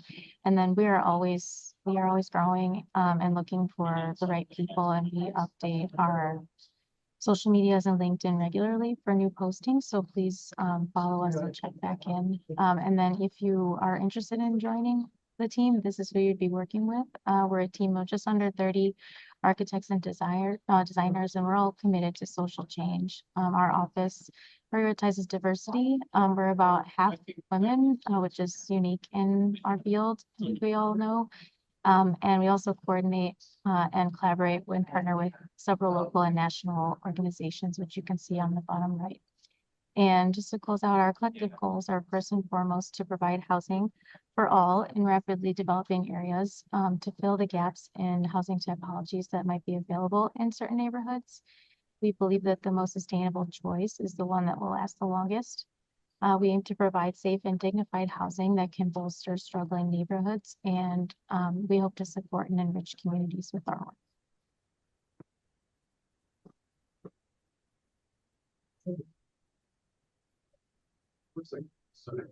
So one piece of advice that I would give, and I'll let Gina speak as well, is just to get really involved in organizations outside the office or even inside the office, but that could be your local AA chapter. There's always tons of events there, or volunteering opportunities. These are really, really essential for building a network and using that network to kind of lean on when you're looking for jobs or have questions or really just want to further your career. And I'll just add to that, I think for me, it's find a place with a mission that you believe in. I think it helps keep you grounded on the good days and maybe gives you a sense of purpose on the not so good days. And then also, like other people said, take on as much as you can as early as you can, because I think that helps you from becoming pigeonholed. And then become comfortable with the idea of trying things and failing, which I think has taken me, still a work in progress. But when you're young, you can't get everything right. Even when you're old, you still can't get everything right. So it's important to become comfortable with failing gracefully. And then also, I think it's imperative to practice clear communication, both written and verbal. Awesome. Thanks, everyone. Yes, thank you so much, Kevin and Gina and the LBBA team for your sharing your incredible work with us. While I still have you guys on the line, I did just have a couple of questions, and of course, any of our other wonderful presenters are more than welcome to answer. But someone in the chat was asking, when working on their portfolios, do your firms particularly look for other personal work that is not architectural related in the portfolio? Is that directed to us? Yeah, I think a well-rounded portfolio is really important. Obviously, we want to see kind of a design sense and telling your own style, but there's also you're kind of also telling us or the firms who you are as a person. And I think that's a really important thing, because we'll see a lot of drawings over and over again. So it'll kind of help set you apart by putting some personal work in there. Awesome. Does anybody else want to add? Yeah, I'll add to that as well. I think that one of the amazing things that we do here is you have to give a presentation on yourself within 3 months of starting, and it doesn't have to be architecture related. I did mine on golf. And what did you do yours on? Just my tiny interests like puzzles and people watching. So it's very interesting to see outside of architecture interests that everyone has, and it just gives a more in-depth view of the person and yeah, their interests. Also, like what drives you creatively, because I think that is an important aspect of even like personally for you to like keep growing in this field. Yeah, I personally included photography and a lot of photography at golf courses because I'm really interested in that. And that was a conversation piece during my interview here. So I encourage everyone to add a bit of their personal interest in their portfolios as well. Welcome back, everyone. Appreciate you all taking the time for all the firm presenters to give some career advice and then also just talk about the projects you guys are working on. Now we're excited to move into our career development section of the conversation. This segment will be a chance to hear from some of our industry leaders on what it takes to build a thriving career in architecture and design. We have a few questions to start with, but we'd also love to hear from you as well too. Go ahead and type them in the chat if you have any questions, and we'll take them as time allows. Kirsten, would you like to start us off with one of our first questions? I do have a couple of questions from the people that are on. The first is, what qualities do you look for in a standout candidate? And how can applicants make a memorable impression during the hiring process? So Rogelio, I know Rogelio, we were just having a similar conversation about this. Do you want to kind of continue it in the main chat? And then we'll jump to a couple of our other presenters. Yeah, definitely. It's interesting. You know, I think back when I was first applying to internships and how do you show experience that you still don't have? And that's by showing a lot of the qualities of the design and what drives you in design and what your interests are. And sometimes it extends outside of architecture. You know, I've been going to a lot of lectures at SciArc out here, and some of the best presentations that have won awards are outside of architecture and textiles. So I think being able to show your ability to keep learning architecture or keep learning outside of architecture is makes an impression on me. And yeah, just one other thing is it's very important to show your design thinking, like how you think design, because that is something which would definitely have you stand out from others. And if it is something that, you know, clicks with the firm, then I mean, that's great. Yeah, awesome. I so agree with you. Guys, thank you so much for sharing that. Haley, do you have any insights to how candidates can stand out in the interview process? I think one of the things I would suggest is to really know the firm you're going to interview at, know the type of work that they do, know what their culture is about, do your homework, and see how you can weave that into what your goals for what you're looking for are and how you can find some alignment that really makes it feel relevant so that, you know, you feel like a good fit for this firm. Yeah, that's great feedback. You guys, like, you would be surprised how many people will go to interviews with the firm just looking for a job, right? And like obviously, like we understand we all have to get paid, we all have student loans, we all have things that we have to take care of. But really like making sure that you're connected to the firm that you're interested in is making sure you do your research, right? Like also in the other conversation, into what Haley is saying is like, you know, do your rough internet research, but then also reach out. Like all of these firms are here because they want to be a resource to you. Reach out and learn more about them. And that also contributes to you standing out. Thank you so much, Haley, for sharing that. The next question that we have is, what are some unique aspects of your firm culture that supports both professional growth and work-life balance? I know a couple of you guys mentioned that a little bit earlier, but how does your firm support recent graduates and young professionals in their career growth, including mentorship and licensure? Does anybody want to share like kind of what the importance of that is to your firm and like why you value it? I We can can. take this one. Oh, awesome. Thank you. Sure. I think I joined my firm within like 2 years, and I think that aspect of this is totally unique to the field. Like this firm totally prioritizes people who are early on in their career. We have a formalized mentorship program where we meet one-on-one and in groups throughout the office on a regular basis, totally paid for by the firm. And we also have study groups for the AREs. And then also in terms of like work-life balance and professional growth, we get paid for overtime, time and a half, which is huge. And also we have dedicated time in our year to use for professional development. So you can use it however you want, attend a conference, go on a special trip, like do what you need to do to promote your own growth. And so there's just many avenues where I feel like young people can feel empowered in their early career choices.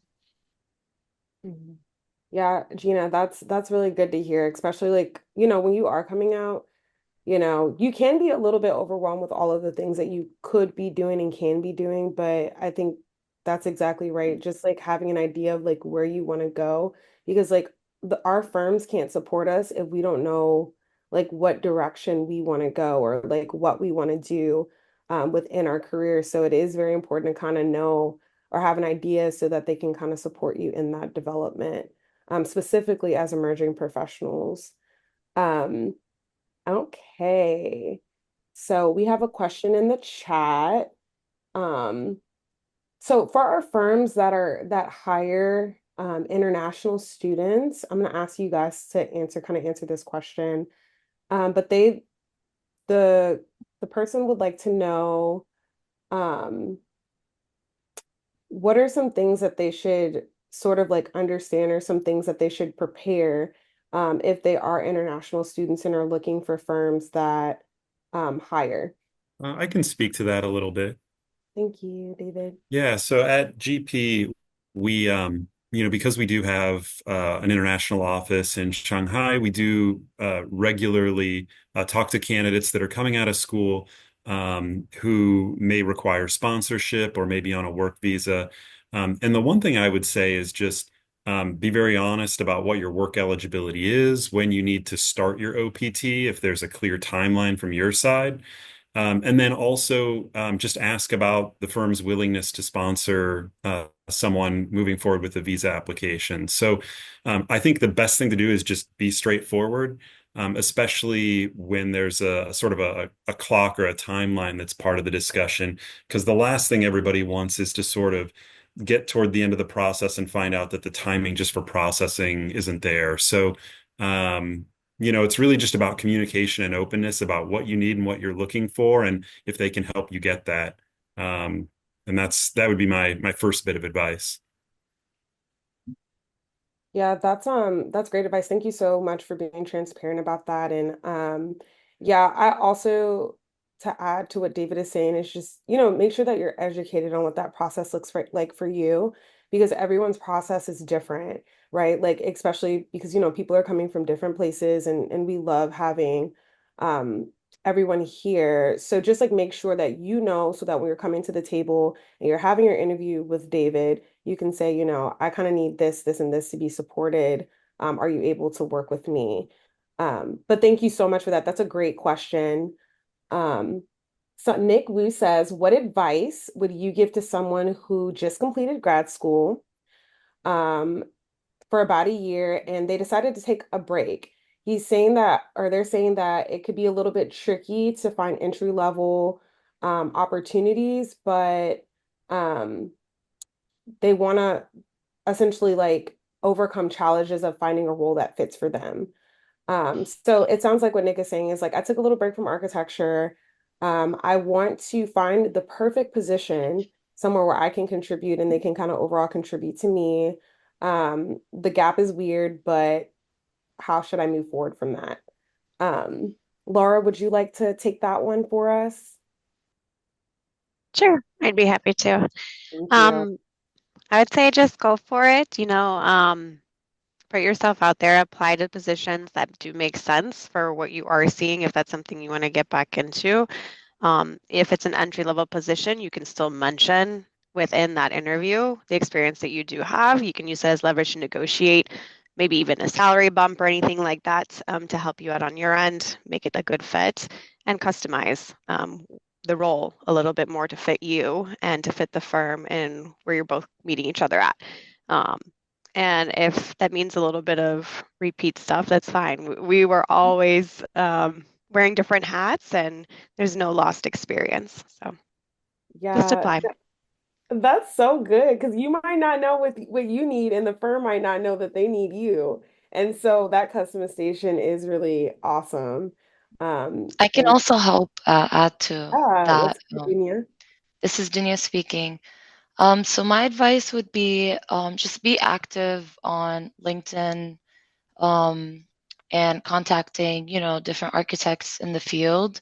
One thing I did when I was looking for a position is I did informational interviews. So instead of being interviewed by the, recruiter, you would actually interview the architect that works for a specific company.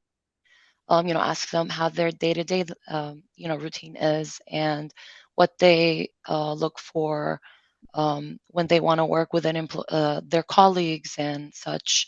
And then you can gain that architect or that employee as your mentor. You can ask them, hey, like, do you mind me job shadowing you? And, create that connection on a personal level. And, speaking for myself, I did make those connections. Go for a cup of coffee and just put yourself out there and get out of that comfort zone. Yeah, that's awesome advice. You guys, believe it or not, pe HR does Google you, okay? The people who want to hire you do Google you. So creating visibility around who you are and the things that you're super passionate about, as Dunia mentioned, is so important. And you can start that by creating a beautiful profile on Spectacular, post all of your incredible projects, and find your dream job. Haley, did you have something? I saw you unmuted. Yeah, I was going to add to that. I would say COVID did something about the traditional journey for everybody as well. So I would say don't let that intimidate you. We've all become a little bit softer, I think, about recognizing that people get to their place how they get there, and it's not always checking the boxes in the order in which we always do things. And as someone with a few years out, you have different life experiences that you can also bring to the table that maybe a brand new student right out of school doesn't have. So don't let that scare you away. Yeah, that's awesome. Thank you, Haley. So Zarina in the chat is asking, they said, I'm interested in knowing how to reach out to firms that are not currently looking for people. And how do you stand out in that way to secure a job? I could chime in on that one. Yeah, that'd be great. I would say, look to the network. Use LinkedIn, use sales reps and other individuals who are involved with that firm, and look for opportunities to attend events where those people from that firm might be in attendance. Where they're speaking at a conference, where they're there, at an industry event that's local that, is open for students to attend and get to know people. I mean, I think a lot of this is about leveraging a network, and you've got to work to build that. Right. And actually, can I add something to that too? Yeah, thank you, Katie. Bouncing off what Haley said, I think absolutely valid. Attend the events, make contacts with people. So important though, I hope this goes without saying, but to be genuine in your pursuit. So I think other architects are always very excited about you being excited about them. Side out my cat IM page just decided to join us in this adventure. But yeah, I think making contacts and talking to people and joining committees and being excited, but have it be something that you're excited about, and then I think the network will naturally happen. Yeah, that's absolutely right. We love this. There seems to be like a running theme in these conversations about following your network and connecting to the people who are also passionate about what you're doing. So thank you so much, Haley and Katie, for sharing that. And I think that this next question could also what Katie and Haley just said about following your network could also be helpful for. But Nia saying, what would be the best time for entry-level architects graduating in May 2025 to start applying for junior positions? Some firms have an open, ongoing hiring process for junior designers. So I know a lot of the firms here are hiring for the future, or hiring right now. What would you guys say to that? I would say definitely start reaching out now. I don't think there's any right time to start applying for jobs. If anything, you're just going to be ahead of the curve compared to everybody else. I know a lot of firms start their hiring either late fall or, early spring when the career fairs start rolling out. So it's definitely a good idea to potentially know who's going to be at those career fairs. You already have those connections established. It's an easy way for someone to remember who you are. So there's no wrong time to start applying, but the sooner the better. Yeah, I would say the same thing. It's literally you start getting your job the moment you step into architecture school. Like you start then. You might be a freshman, but you're preparing for those jobs right then and there. And when you're applying for wholeheartedly agree with Nick, when you're applying for your 2025 jobs, like yeah, you guys have to kind of start that process right now because the hiring process can also be super long or super short. It kind of depends on the firm and what the needs of the firm are. So it's better to stay prepared. Um, okay, so someone else in the chat is asking about the challenges of working from home. Yeah, so could you guys talk about some of the difficulties of working as a remote architect in a modern career field? I'm seeing more and more remote positions than when I started looking for jobs, and this is from Alex. Do you guys work from home? Oh, are you guys Yeah, all in I can, no, I can talk to that Yeah. because for NORR, it's really a policy that is pretty prevalent. Yeah. I would say you have to know yourself. If you're the kind of person who can work alone, or do you need that social engagement like right next to you in the chatter in the studio and what's your work style? Some people really flourish in this environment and some do not. So I wouldn't say it's for everybody. I think you have to be more intentional. You don't have the sort of casual bumping into people at the coffee station or in the hallway or being able to as easily just pop up and ask a question. We've done some things in our own studio. We sort of have an open Teams chat in our studio where it's a channel that you just log on to and people kind of co-work with the teams on and they will chit chat, they'll play music, all kinds of things go on in that channel. But it's sort of simulating the studio environment, but it's different. But you have to know that that's a work style that will work for you. At the same time, you also have to really be intentional about seeking out your mentorship opportunities. And I would say there's no one out there that doesn't feel absolutely honored to be asked to be a mentor, but we don't go seeking it out necessarily. We need to know you want it, and so you kind of have to put yourself out there a little bit and be back to what I said when we were presenting. You have to be curious. You have to be a bit of a self-starter. There's some things about working from home that, you can be wildly successful. But you have to have some attributes that kind of flourish in that scenario. Yep, that's right. Awesome. Thank you, Haley. Yeah.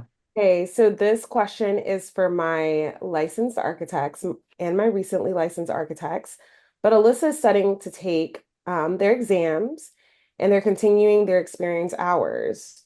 So for the project managers and architects, what is the best way to ask your employer for opportunities in specific categories for those experience hours? And also, how do you balance your work life, exam study, and personal when studying for your exams? I definitely do not want to burn out. Maybe I can take that. I think it's again, clear communication. If you need something, come and ask for it, right? As Haley was saying, we don't know it's all the details of somebody's career. They need to come to us with kind of like goals. And one of the things is staying on top of the experience hours. So I always make sure that people don't forget to ask me if they need to be their mentor or a certain experience that they're looking for. And we'll make space and make that happen in the timely kind of like frame that they need it. And then exams, the younger you are, the easier it is on your brain and your work-life balance. So I recommend, like I'm too old, so I was not fortunate to be able to take the exams. I had to finish my experience first. So they put me already into being a mother, and it took forever. I think you guys are fortunate enough to be able to take these exams now, like the moment you graduate school. And I highly recommend you just do them, like right one after the other, just do them right away. And this would just be such a freeing experience for the rest of your career to have this behind you. But yes, if you need something with regards to your licensure, I believe every firm here would testify that they will do everything they can to support you. That's right. And just remember also not to ask once. You might need to remind people again, because the challenges in leadership, they're leading a whole bunch of people, whether it's 8 or 90, right? So, just make sure that you're advocating for yourself. Be what my former boss called me, which is a delightful pest. So, don't worry about advocating for yourself. It's really important, but make sure to strike a balance where, give your employer some time to make it happen for you. But if you feel like, weeks, months are passing and it may have slipped their brain, bring it up again. With exams, if you fail, it's part of the process. People will tell you that. I think it's really important to say you will fail, possibly multiple times. I would like to say that I've only known a handful of people that have passed all exams at one time. So it's part of the lovely process that is getting your license. So stick with it, and you will eventually make it through. All right. Well, thank you guys so much for this lovely discussion about career development. So often, like when you're pursuing your architecture career, it can sometimes feel like really overwhelming. And so we're super grateful to just have this community of architects and designers that are committed to supporting one another right in this path and be a resource for one another to being successful. So we're gonna pass it over to Patrick, who's gonna close this out. I wanted to give you a thank you to everyone for being a part of today's Spectacular Firm Career Showcase. We hope you found it informative and inspiring. We want to extend a huge thank you to all our participating firms and our sponsors, the National Terrazzo and Mosaic Association, Total Door Systems, and Graphisoft.